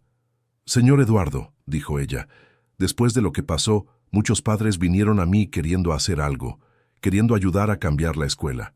Y me di cuenta de que quizás este sea el momento. Quizás lo que pasó con Alicia, por más doloroso que haya sido, pueda transformarse en algo positivo». Explicó que los padres habían decidido formar una asociación, algo que la escuela nunca había tenido, un grupo organizado que pudiera trabajar junto con la dirección para mejorar la escuela, no solo estructuralmente, sino también creando protocolos claros de conducta, capacitaciones regulares para maestros, canales de comunicación efectivos entre la familia y la escuela. Queremos garantizar que ningún niño pase por lo que pasó a Alicia. Y queremos que esta escuela sea un ejemplo, no una excepción. Eduardo escuchó emocionado. Aquello era más de lo que había esperado. Era la transformación sistémica que le había mencionado a Marisol días antes. No era solo castigar a Elena o arreglar un problema puntual. Era repensar toda la cultura de la escuela. Miró a esos padres, gente sencilla en su mayoría, trabajadores, personas que venían de realidades difíciles pero que estaban allí, dispuestas a dedicar tiempo y energía para mejorar la educación de sus hijos. Y sintió algo que no sentía desde hacía mucho tiempo, una verdadera esperanza. «Cuenten conmigo», dijo Eduardo, «para lo que necesiten. Y no hablo solo de dinero, aunque también puedo ayudar con eso. Hablo de tiempo, de presencia, de compromiso. Vamos a hacer de esto algo que realmente funcione». Esa noche, cuando Eduardo llegó a casa, Alicia ya estaba dormida. Entró en su cuarto, se sentó en el borde de la cama y se quedó allí por largos minutos solo mirando a su hija. Alicia dormía tranquila, el cabello esparcido en la almohada, una pequeña sonrisa en el rostro. Eduardo pensó en todo lo que había sucedido. Pensó en el dolor, en la rabia, en la injusticia, pero también pensó en el cambio, en la movilización, en las posibilidades que comenzaban a abrirse. Y se dio cuenta de que a veces es necesario que algo se rompa para que pueda ser reconstruido de una forma mejor y más fuerte. En los días que siguieron, la formación de la Asociación de Padres ganó velocidad. El primer encuentro oficial tuvo lugar un sábado por la mañana, en la cancha techada de una iglesia cercana a la escuela, cedida gratuitamente por el párroco que también estaba sensibilizado con la historia. Más de 50 padres se presentaron, un número que sorprendió incluso a Marisol. Había rostros conocidos y muchos desconocidos, personas que hasta entonces nunca habían participado activamente en la vida escolar de sus hijos, pero que ahora sentían que tenían voz, que podían hacer la diferencia. La reunión comenzó tímida. Muchos padres no sabían bien cómo comportarse, cómo hablar. Estaban acostumbrados a ser receptores pasivos de información de la escuela, no agentes activos de cambio. Pero poco a poco, con la mediación cuidadosa de Marisol y el apoyo de Eduardo, que deliberadamente se colocó como un padre más, la gente fue soltándose. Comenzaron a compartir experiencias, a contar historias, a proponer ideas. Una de las primeras propuestas concretas vino de don Gerardo, un chofer de autobús padre de gemelas que estudiaban en tercer año. Sugirió que se creara un código de conducta claro, un documento que estableciera los derechos y deberes de maestros, personal, padres y alumnos. Algo que todos pudieran consultar, que dejara explícito lo que era aceptable y lo que no en la escuela. «Necesitamos reglas escritas», dijo, su voz áspera pero firme. «No puede depender solo de la buena voluntad de cada uno. Tiene que estar en el papel, negro sobre blanco». La idea fue recibida con entusiasmo. Otros padres complementaron, sugiriendo que el código se construyera colectivamente, con la participación de toda la comunidad escolar. Doña Aparecida, una cocinera que tenía un hijo con discapacidad en la escuela, levantó la mano tímidamente. «Yo quería sugerir también que hablemos de inclusión en ese código. Mi junior, él es especial, ¿saben? Y a veces veo que lo tratan diferente, no con maldad, sino con esa lástima que también lastima, como si fuera menos capaz. Creo que necesitamos aprender a tratar todas las diferencias con respeto, no solo las de ropa o dinero». Las palabras de doña Aparecida conmovieron profundamente a los presentes. Marisol anotaba todo, dándose cuenta de que estaba ante algo mucho más grande de lo que había imaginado. No se trataba solo de corregir un error específico, se trataba de repensar toda la cultura de la escuela, de crear un ambiente donde cada niño, independientemente de sus particularidades, se sintiera valorado e incluido. Eduardo escuchó todo en silencio, emocionado por ver a esas personas, muchas con poca escolaridad formal, pero con una inmensa sabiduría de vida, movilizándose con tanta dedicación. Cuando le pidieron que hablara, eligió sus palabras con cuidado. «Les agradezco a todos ustedes por estar aquí, por demostrar que el cambio es posible cuando nos unimos. Quiero dejar clara una cosa. Yo no soy el dueño de esta iniciativa, no soy líder de nada. Soy solo un padre más que quiere lo mejor para su hija y para todos los otros niños de esta escuela. Así que vamos a construir esto juntos, de verdad, sin jerarquías, sin privilegios. La voz de cada uno aquí vale lo mismo». Las palabras de Eduardo fueron aplaudidas, Y allí, en esa mañana soleada en una cancha de iglesia prestada, comenzó a formarse algo que cambiaría no solo la escuela primaria pública José Vasconcelos, sino que se convertiría en un modelo para otras escuelas de la región. Mientras tanto, en otro rincón de la ciudad, Elena vivía sus días más sombríos. La suspensión oficial llegó 3 días después del festival, entregada por un funcionario de la SEP que apenas la miró a los ojos al entregarle el documento. Elena leyó los términos técnicos, las justificaciones burocráticas, pero nada de eso importaba. Ya sabía que su carrera, al menos en la forma que la conocía, había terminado. Pasó los primeros días encerrada en casa, ignorando llamadas y mensajes. Sus pocas amigas maestras intentaron contactarla, algunas en solidaridad, otras por curiosidad morbosa. Elena no le respondió a nadie. Estaba sumergida en un doloroso proceso interno, confrontando versiones de sí misma que había preferido no ver durante años. Fue Irene, una maestra jubilada que había sido mentora de Elena en sus primeros años de carrera, quien finalmente logró romper el aislamiento. Simplemente apareció en la puerta del departamento una mañana de martes. Tocó el timbre insistentemente hasta que Elena abrió. Cuando la puerta se abrió, Irene no pidió permiso.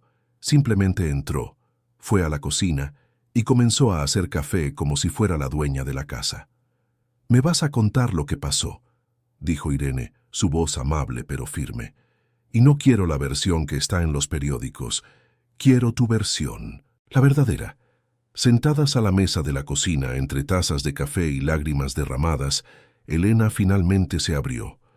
Contó sobre la presión que se ponía a sí misma para hacer todo perfecto, sobre cómo esa presión se había transformado en rigidez, sobre cómo fue perdiendo poco a poco la capacidad de ver a los niños como individuos y pasó a verlos como piezas de un rompecabezas que necesitaba organizar. Contó sobre la frustración acumulada a lo largo de los años, sobre sentirse atrapada en una carrera que no era lo que había soñado, sobre cómo esa frustración envenenó su forma de relacionarse con el mundo. «Me convertí en la maestra que yo misma habría odiado de joven», dijo Elena con la voz entrecortada. «Me convertí exactamente en el tipo de educadora que juré nunca ser. Y ni siquiera me di cuenta de cuándo sucedió. Fue gradual, ¿sabes? Un día estás idealizando transformar vidas y al otro estás excluyendo a una niña de 5 años por su ropa. ¿Cómo llegué a este punto?» Irene tomó la mano de Elena sobre la mesa. «Llegaste porque eres humana, porque la vida te lastimó y no supiste procesar ese dolor de forma saludable. Pero ¿sabes qué te diferencia de muchas personas?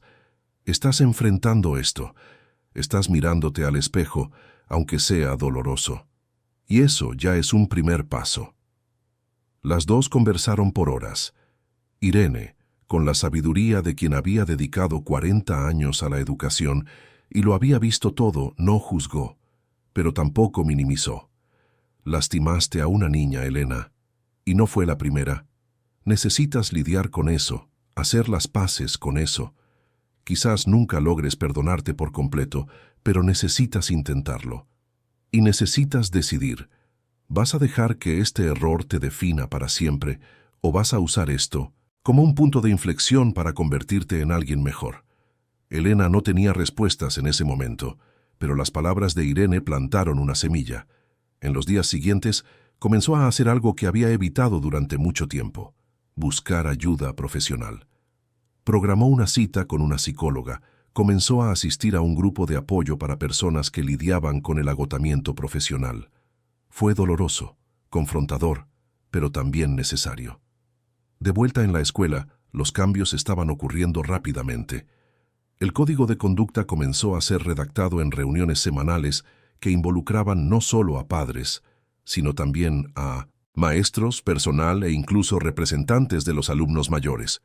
Cada punto era debatido exhaustivamente, con contribuciones de todos los lados.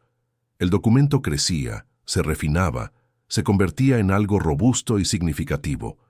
Paralelamente, Eduardo financió de forma discreta a través de su empresa una serie de talleres sobre educación inclusiva, comunicación no violenta y gestión humanizada del aula. Trajo a especialistas de la Ciudad de México, ofreció las capacitaciones gratuitamente, no solo para la escuela José Vasconcelos, sino para todas las escuelas públicas de la región. La respuesta fue sorprendente. Maestros que inicialmente eran escépticos comenzaron a involucrarse, a darse cuenta de que no se trataba de otra imposición burocrática, sino de herramientas reales para lidiar con los desafíos cotidianos del salón de clases. Una de las maestras que más se involucró fue Carla, colega de Elena. Carla siempre había tenido sus propias inseguridades, sus propios momentos de dureza excesiva con los alumnos, pero lo que le pasó a Elena la sacudió profundamente.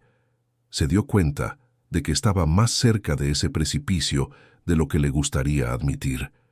Participó en todos los talleres, comenzó a revisar sus prácticas, a conversar más abiertamente con sus alumnos, a buscar entender el contexto de cada uno antes de juzgar comportamientos. Y los resultados comenzaron a aparecer. Niños que antes eran etiquetados como problemáticos comenzaron a florecer cuando eran tratados con más empatía. Padres que antes se sentían intimidados por la escuela comenzaron a acercarse, a participar, a colaborar. La propia atmósfera de la escuela José Vasconcelos cambió. Había algo diferente en el aire, una energía más ligera, más acogedora. Alicia, que en los primeros días después del festival todavía estaba procesando el trauma, comenzó poco a poco a recuperar su alegría natural. Eduardo notó cuando empezó a jugar más en el patio durante el recreo, cuando su risa volvió a resonar por la casa. La niña no había olvidado lo que había pasado, pero estaba aprendiendo, con la ayuda de su padre y de doña Lucía, que una mala experiencia no define quién eres, que es posible sanar, seguir adelante e incluso transformar el dolor en fuerza. Un mes después del festival, una tarde de jueves, Eduardo recibió un correo electrónico inesperado. Era de Elena. Dudó antes de abrirlo, sin saber qué esperar. El texto era largo, cuidadosamente escrito, vulnerable. Elena comenzaba pidiendo disculpas, no de forma genérica, sino específica y detallada. Reconocía exactamente lo que había hecho mal, el impacto que sus acciones tuvieron en Alicia. Asumía total responsabilidad sin intentar justificarse. Luego, explicaba brevemente el proceso por el que estaba pasando, la terapia, los grupos de apoyo, el intento de reconectarse con la persona que había sido antes de perderse en el camino. No estaba pidiendo perdón, esperando que Eduardo la perdonara. Decía que entendía si él nunca podía hacerlo. Estaba pidiendo perdón porque necesitaba decir esas palabras, porque eran verdaderas, porque eran parte de su sanación. Eduardo leyó el correo 3 veces. Su primera reacción fue de enojo. ¿Cómo se atrevía esa mujer a contactarlo después de lo que había hecho? Pero luego respiró hondo, dejó pasar la emoción inicial e intentó leer de nuevo con más calma. Y esta vez vio algo diferente. Vio a una persona rota tratando de reconstruirse. Vio sinceridad, vulnerabilidad, un esfuerzo genuino de cambio. No respondió de inmediato. Pasó algunos días pensando, hablando de ello con doña Lucía, incluso tratando de explicárselo a Alicia de una manera que pudiera entender. La niña, con la sabiduría simple de la infancia, dijo algo que lo sorprendió. Si la maestra Elena está triste, puedes decirle que yo ya no estoy enojada. Puedo estar un poquito enojada, pero no para siempre. Duele mucho. Fue entonces cuando Eduardo decidió responder. Escribió un correo corto. Agradeció a Elena por el mensaje. Dijo que apreciaba el valor que tuvo al asumir sus errores, que esperaba que encontrara el camino de regreso a la educación, pero esta vez como la maestra que debería ser. Y terminó con una frase que lo sorprendió incluso a él mismo. Todos merecemos una segunda oportunidad. Lo que hacemos con ella es lo que define nuestro carácter. Cuando Elena leyó la respuesta, sentada en Minamichi, su departamento aún silencioso pero ahora menos opresivo, lloró. No eran lágrimas de autocompasión, sino de alivio, de gratitud, de un comienzo, aún tímido, de perdonarse a sí misma. Sabía que el camino sería largo, que quizás nunca más podría dar clases, que tendría que encontrar otra forma de contribuir, pero por primera vez en mucho tiempo sentía que había un futuro posible. Había luz al final del túnel que ella misma había cavado. 3 meses habían pasado desde aquel festival de diciembre que cambió tantas vidas. Marzo había llegado trayendo consigo el inicio de un nuevo año escolar y la escuela primaria pública José Vasconcelos parecía un lugar completamente diferente. Los cambios no eran solo superficiales, no se limitaban a una nueva capa de pintura en las paredes o equipos nuevos en la sala de computación, aunque esas mejoras también habían ocurrido. Los cambios más profundos eran invisibles a los ojos, pero palpables en el aire, en la forma en que las personas se relacionaban, en el respeto que impregnaba cada interacción. El Código de Conducta fue finalmente aprobado en una Asamblea General a finales de febrero, en un evento que reunió a más de 200 personas entre padres, maestros, personal y miembros de la comunidad. El documento, con sus 23 páginas cuidadosamente elaboradas, establecía directrices claras sobre los derechos y deberes de todos, protocolos para manejar conflictos, canales de denuncia protegidos y, principalmente, un compromiso explícito con la dignidad de cada niño, independientemente de su origen, apariencia o cualquier otra característica. Marisol, que había liderado el proceso junto con la Asociación de Padres, lloró el día de la aprobación. Veía en ese documento mucho más que palabras en un papel. Veía el resultado de meses de trabajo colectivo, de discusiones acaloradas pero respetuosas, de una construcción verdaderamente democrática. Y sobre todo, veía la prueba de que el trauma puede transformarse en cambio cuando las personas correctas se unen por la razón correcta. La implementación del código trajo cambios prácticos inmediatos. Todos los maestros, incluidos los recién contratados para el año escolar, pasaron por una capacitación obligatoria de 40 horas sobre los principios establecidos. No era solo teoría, eran simulaciones de situaciones reales, discusiones de casos, ejercicios de empatía. Algunos maestros más antiguos se resistieron al principio, sintiéndose cuestionados en sus prácticas de décadas, pero poco a poco, incluso los más escépticos comenzaron a darse cuenta de que no se trataba de fiscalización o castigo, sino de apoyo y mejora. Carla, la maestra que había sido colega de Elena, se convirtió en una de las mayores defensoras de las nuevas prácticas. Coordinó un grupo de estudio semanal donde los maestros compartían desafíos y soluciones, creando una red de apoyo mutuo. En una de las reuniones, Carla compartió su propio viaje. Confieso que antes de lo que pasó, yo también tenía mis momentos de ser demasiado dura, de juzgar demasiado rápido. Vi en Elena un espejo de lo que podría convertirme si no cambiaba, y eso me asustó. Pero también me motivó. Hoy me esfuerzo todos los días por ver a cada alumno como un ser humano completo, no solo como un estudiante que necesita aprender contenido. Las palabras de Carla resonaron profundamente con otros maestros. Muchos comenzaron a compartir sus propias historias, sus propias fallas, creando un ambiente de vulnerabilidad y crecimiento colectivo que era raro en el sistema educativo tradicional. Alicia había vuelto a la escuela en febrero para el primer año de primaria. Eduardo estuvo presente el primer día de clases, observando discretamente desde lejos mientras su hija entraba al nuevo salón con sus nuevos compañeros. Notó algo diferente en ella. Alicia caminaba con más confianza, la cabeza en alto, una sonrisa natural. Ya no había esa timidez que caracterizaba sus movimientos antes. La niña saludó a su nueva maestra, Beatriz, una mujer joven de ojos amables que se agachaba para estar a la altura de cada niño al recibirlos. La maestra Beatriz conocía la historia de Alicia. Todos en la escuela la conocían, pero se aseguró de decirle a Eduardo, en una reunión antes del inicio de clases, que no trataría a Alicia como víctima ni como privilegiada. Será solo Alicia, una niña maravillosa que merece ser vista, escuchada y respetada como todas las demás. Y si en algún momento fallo en eso, espero que usted me corrija, porque así es como crecemos. Eduardo salió de esa conversación con lágrimas en los ojos. agradecido por saber que su hija estaba en buenas manos.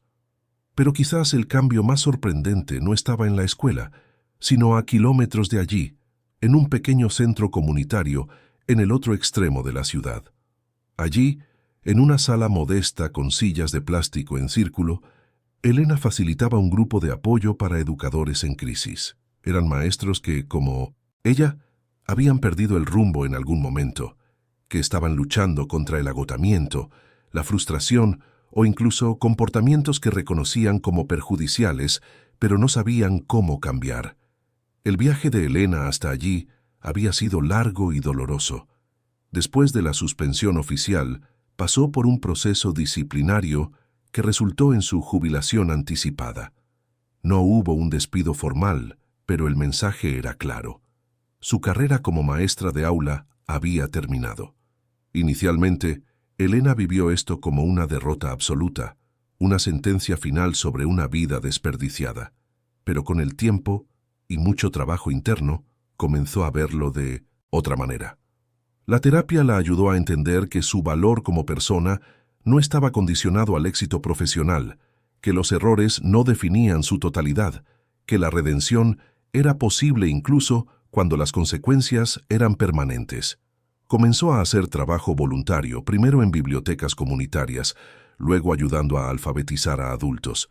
Y fue en ese contexto que conoció a otros educadores que lidiaban con problemas similares.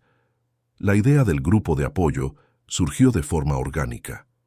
Elena se dio cuenta de que había una enorme necesidad de espacios, donde los maestros pudieran hablar abiertamente sobre sus luchas, sin miedo a ser juzgados o a sufrir consecuencias profesionales, donde pudieran admitir que le gritaron a un alumno y se arrepintieron, que se sintieron abrumados y actuaron de forma inadecuada, que estaban perdiendo la pasión por la educación y no sabían cómo recuperarla.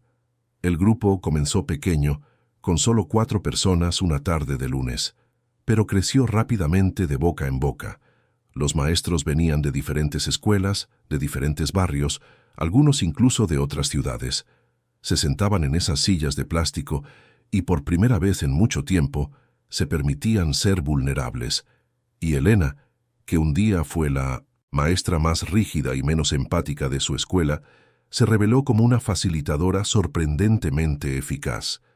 Quizás porque entendía profundamente el dolor de fallar, de decepcionarse a sí misma, de tener que reconstruir su propia identidad desde los escombros. En una de las sesiones, un joven maestro de educación física compartió que había impedido que un alumno participara en una competencia porque el niño no tenía el uniforme adecuado. Estaba tan enfocado en cómo se vería nuestro equipo, dijo con la voz entrecortada, que no pensé en lo que eso le haría al chico.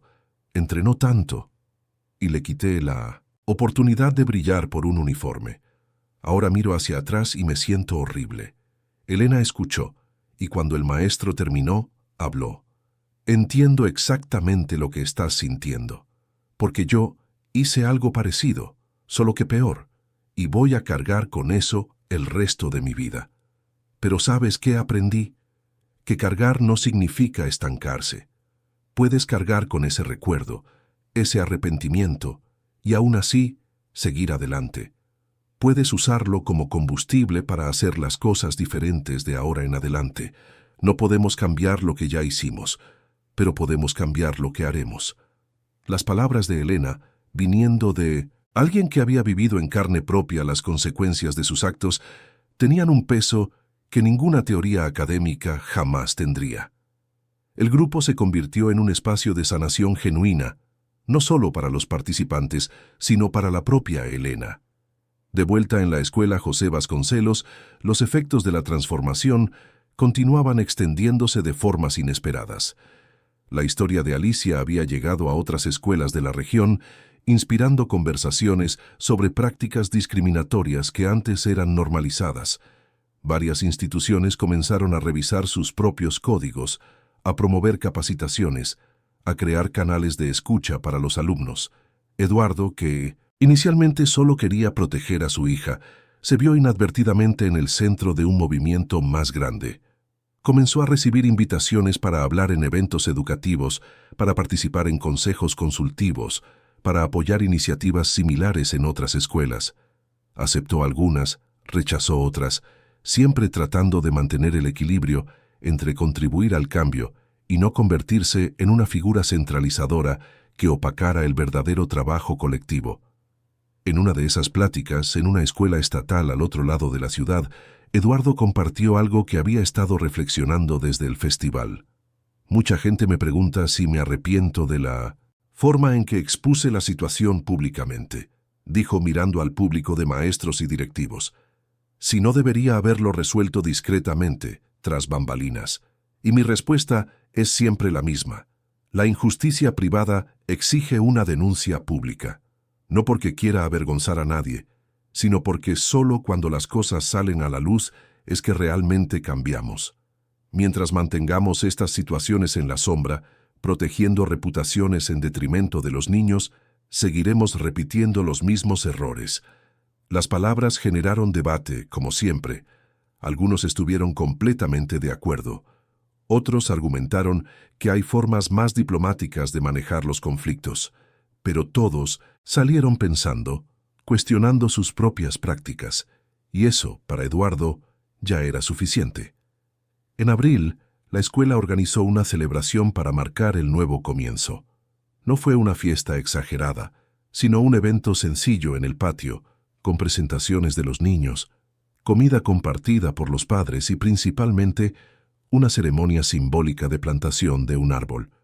Marisol explicó, emocionada, que ese árbol representaba el crecimiento que todos estaban viviendo juntos. Comenzamos pequeños, dijo, vulnerables, necesitando cuidado, pero con raíces fuertes y la nutrición adecuada, crecemos. Nos convertimos en refugio, sombra, vida. Alicia fue elegida, junto con otros 2 niños, para ayudar a plantar el arbolito. Eduardo observaba desde lejos, al lado de doña Lucía, que también lloraba discretamente. Ver a su hija allí, participando activamente, sonriendo, interactuando con sus compañeros sin miedo, era la mayor prueba de que el dolor de aquel diciembre lejano se estaba transformando en algo hermoso. Después de la ceremonia, cuando la mayoría ya se había ido, Eduardo se quedó un rato solo en el patio, mirando ese arbolito recién plantado. Pensó en todo lo que había sucedido. Pensó en Elena, a quien nunca más había visto en persona, pero de quien ocasionalmente escuchaba noticias a través de Marisol. Pensó en los padres que se movilizaron, en los maestros que cambiaron, en los niños que estaban creciendo en un ambiente mejor. Pensó en cómo un solo momento de valentía, aunque imperfecto, puede desencadenar olas de transformación imposibles de prever. Su celular vibró. Era un mensaje de Alicia, que ya sabía usar el celular de la niñera para mandarle audios a su papá. La voz infantil resonó.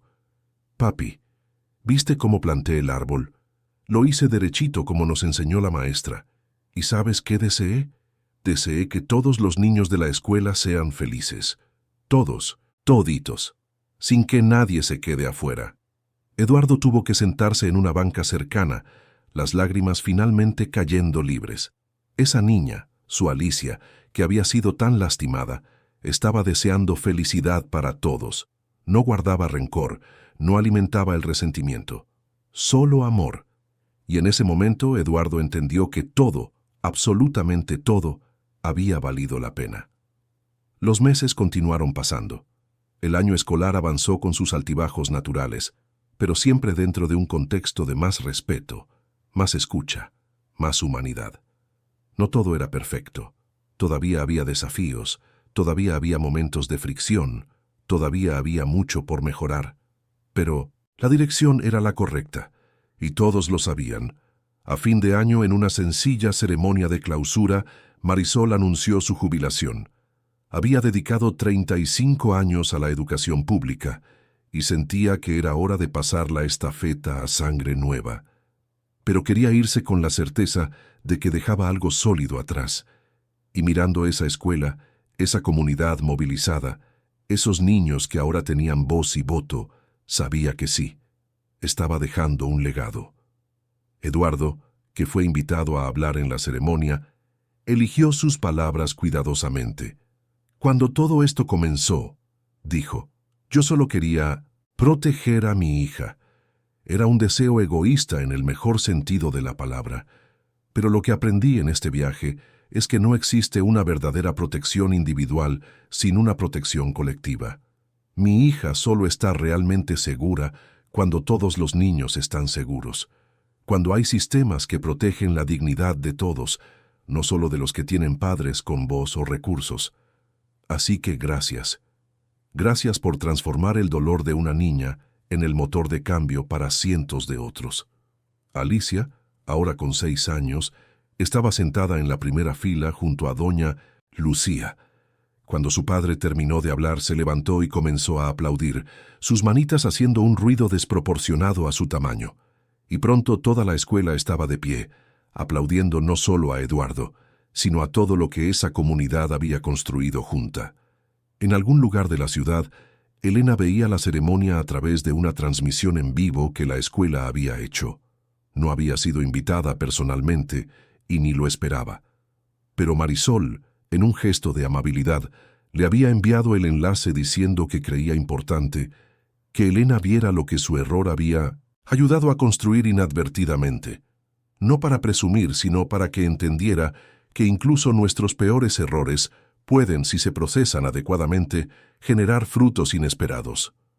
Elena vio todo con lágrimas en los ojos. No eran lágrimas solo de tristeza por lo que había perdido, sino también de gratitud por lo que esas personas habían creado. Nunca podría volver atrás y deshacer lo que le hizo a Alicia. Nunca recuperaría su carrera como era antes, pero podía, y lo estaba haciendo, contribuir de otra manera. Cada maestro que pasaba por su grupo de apoyo y salía de allí con herramientas para ser mejor, cada educador al que ayudaba a no repetir sus errores, era su forma de restitución. No borraba el pasado, pero construía un futuro un poco menos doloroso. ¿Y Alicia? Alicia crecía. Se convertía en una niña curiosa, empática, fuerte. La experiencia del festival quedaría marcada en su memoria. Eduardo lo sabía, pero no como una herida abierta, sino como una cicatriz que cuenta una historia de superación, una historia de cómo el valor de un padre y la movilización de una comunidad pueden transformar la injusticia en justicia, el dolor en sanación, la exclusión en pertenencia. Algunos años después, cuando Alicia fuera mayor, Eduardo planeaba contarle toda la historia con detalles que aún no podía comprender del todo. Le contaría sobre las decisiones difíciles que tomó ese día, sobre los debates internos, sobre las consecuencias que no siempre fueron positivas. Le contaría también sobre Elena, sobre la redención, sobre cómo las personas complejas cometen errores y a veces encuentran caminos para sanar. Quería que Alicia creciera entendiendo los matices, entendiendo que el heroísmo no es la perfección, que la transformación es un proceso, que todos merecemos compasión incluso cuando fallamos. Pero por ahora, Alicia era solo una niña que había plantado un árbol, que había deseado felicidad para todos, que iba a la escuela todos los días sin miedo y volvía a casa con historias y sonrisas. Y eso, para Eduardo, lo era todo. Era la prueba viva de que a pesar de todo el dolor, toda la lucha, todo el camino tortuoso, el amor siempre encuentra una manera de vencer. La escuela seguiría existiendo, seguiría enfrentando desafíos, seguiría siendo un lugar de aprendizaje, de conflicto, de crecimiento, pero ahora con bases más sólidas, con una comunidad más unida, con la certeza de que cada niño que pasa por sus puertas importa, no a pesar de sus diferencias, sino precisamente por ellas. Y todo esto comenzó en un festival de Navidad, en un momento de injusticia que podría haber sido solo otra estadística olvidada, pero que se convirtió en un punto de inflexión porque alguien tuvo el valor de decir, no, esto no está bien, y vamos a cambiarlo. Las luces de la escuela se fueron apagando esa noche, las familias volvieron a casa, la vida siguió su curso natural, pero algo fundamental había cambiado, algo invisible pero poderoso, la certeza de que el cambio es posible, de que juntos somos más fuertes, de que cada niño, cada uno de ellos, merece ser visto, escuchado, valorado. y que el verdadero espíritu de las fechas especiales no está en la ropa que vestimos, sino en la humanidad que elegimos cultivar. La historia de Alicia resonó más allá de las fronteras de Querétaro. En los meses siguientes, reportajes en periódicos de la Ciudad de México e incluso televisoras nacionales cubrieron el caso, transformándolo en un ejemplo de cómo la movilización comunitaria puede generar un cambio real en el sistema educativo. Pero Eduardo siempre se aseguraba de aclarar en cada entrevista que el crédito no era suyo. Era de todos los padres que se movilizaron, de los maestros que aceptaron cambiar, de la directora Marisol, que tuvo el valor de enfrentar los problemas de frente. Un reportaje especial producido meses después mostraba el contraste entre el antes y el después de la escuela. Entrevistó a padres que contaron sus propias historias de discriminación que sus hijos enfrentaron en años anteriores y que ahora, finalmente, encontraban un espacio para ser escuchados. Entrevistó a maestros que admitían, con una vulnerabilidad admirable, que también necesitaron desaprender prácticas perjudiciales arraigadas en su formación. Entrevistó incluso a Carla, la ex colega de Elena, que se convirtió en un símbolo de la transformación posible dentro del cuerpo docente. Alicia apareció brevemente en el reportaje, ya con 7 años, una niña articulada y segura que explicaba, con la profunda simplicidad de la infancia, lo que había aprendido de todo aquello. Aprendí que todo el mundo es importante, dijo, mirando directamente a la cámara. No importa si la ropa es bonita o sencilla. Lo que importa es el corazón. Y también aprendí que cuando algo es injusto, podemos cambiarlo. No es solo aceptarlo. Podemos luchar. Eduardo vio el reportaje al lado de su hija, el corazón rebosante de orgullo. Esa niña que había visto tan pequeña y herida en el festival, ahora hablaba con una sabiduría que muchos adultos tardan décadas en desarrollar. Y sabía que parte de esa sabiduría provenía exactamente de ese dolor procesado, transformado en aprendizaje. El árbol plantado en el patio de la escuela creció fuerte. Se convirtió en un símbolo vivo de la transformación, un lugar donde los niños se sentaban a leer a la sombra, donde los maestros hacían círculos de conversación, donde la comunidad se reunía para decisiones importantes. Marisol, incluso jubilada, visitaba la escuela regularmente y siempre pasaba unos minutos observando ese árbol, recordando todo lo que representaba. El código de conducta implementado en la escuela José Vasconcelos se convirtió en un modelo. Otras escuelas de la red municipal pidieron copias, las adaptaron a sus realidades, crearon sus propias versiones. La Secretaría de Educación, inicialmente reacia, acabó abrazando la iniciativa y la transformó en una política pública que exigía que todas las escuelas municipales tuvieran documentos similares. No fue un cambio de la noche a la mañana. Hubo resistencias, hubo implementaciones mal hechas, hubo escuelas que solo cumplieron burocráticamente, sin entender el espíritu detrás, pero la semilla estaba plantada. Eduardo continuó su viaje como empresario, pero ahora con un propósito expandido.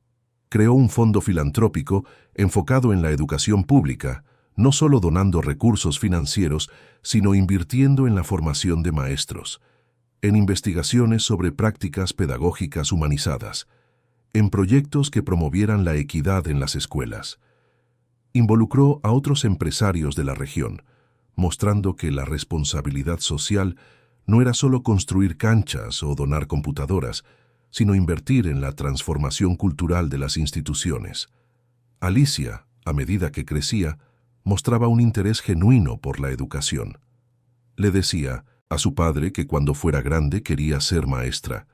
Eduardo sonreía cada vez que escuchaba eso, pensando en la hermosa ironía de que la niña que había sido tan lastimada por una maestra ahora soñaba con ser una. Pero no cualquier maestra, una maestra que escuchara, que viera más allá de las apariencias, que tratara a cada niño como único y valioso. Quizás esa dolorosa experiencia había plantado en Alicia una vocación inesperada. Elena continuó su trabajo silencioso pero importante con los grupos de apoyo para educadores.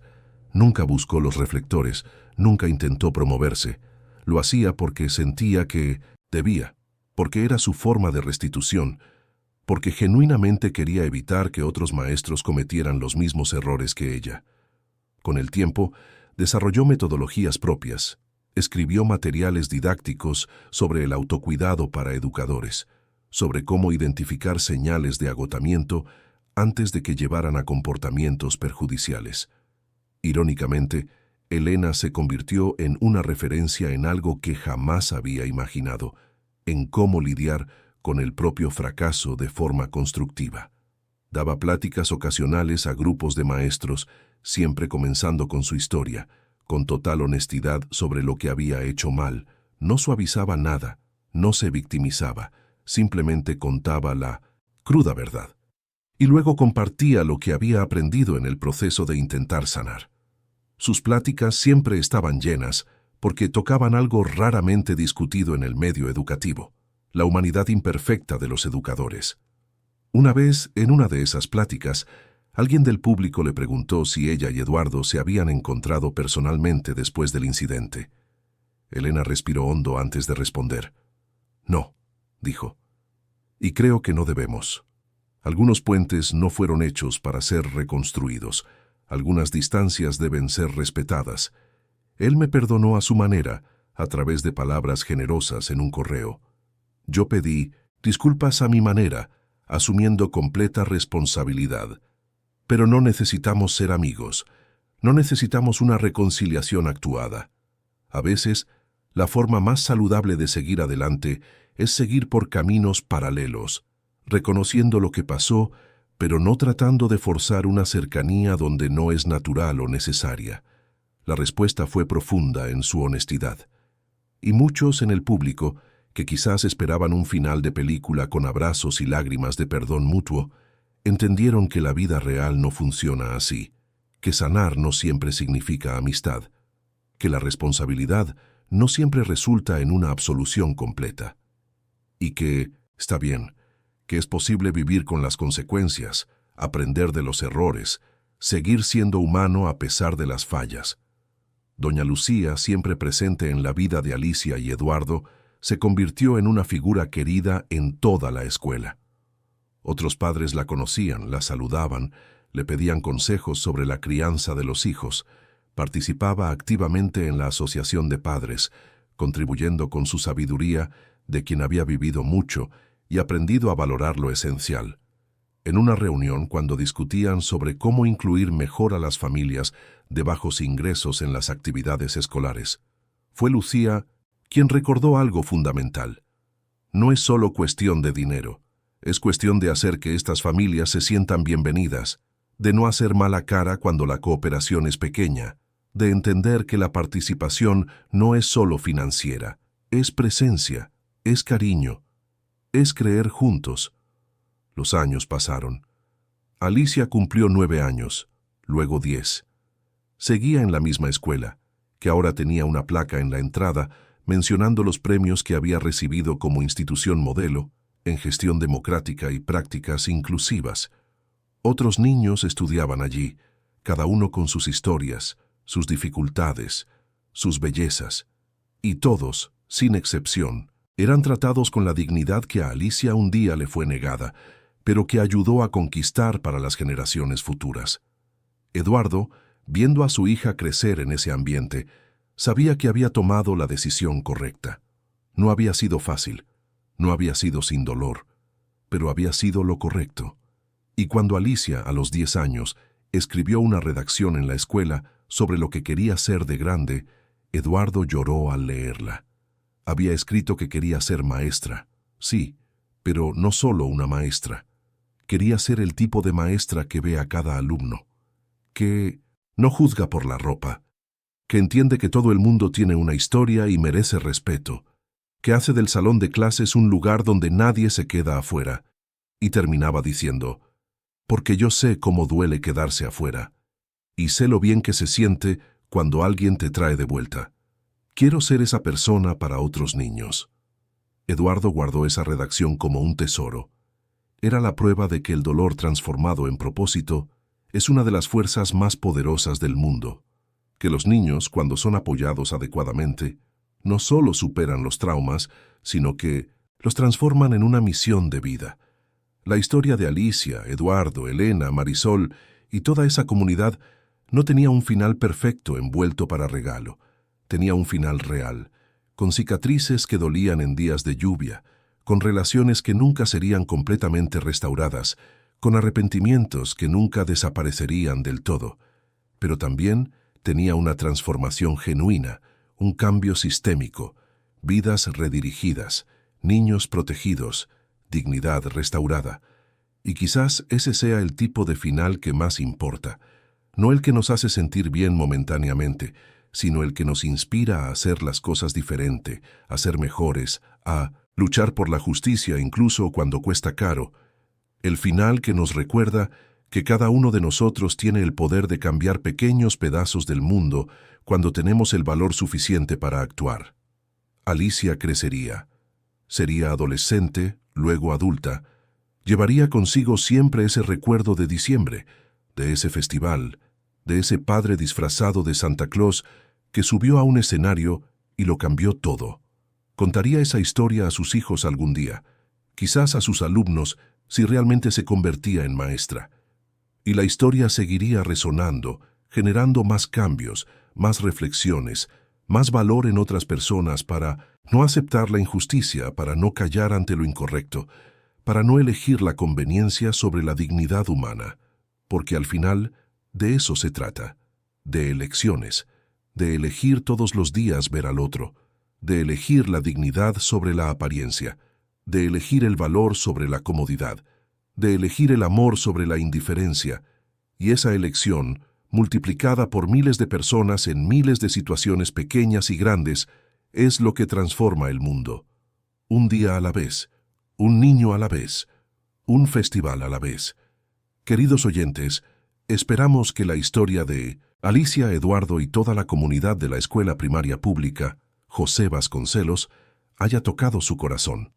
Si te emocionaste con este viaje de dolor, valentía y transformación, haz clic en el botón de Me gusta, suscríbete al canal y cuéntanos en los comentarios qué fue lo que más te marcó de esta historia. Todos los días traemos historias intensas como esta, que revelan el lado más profundo del alma humana, que nos recuerdan la importancia de la empatía, la justicia y el amor incondicional. Te esperamos en el próximo episodio.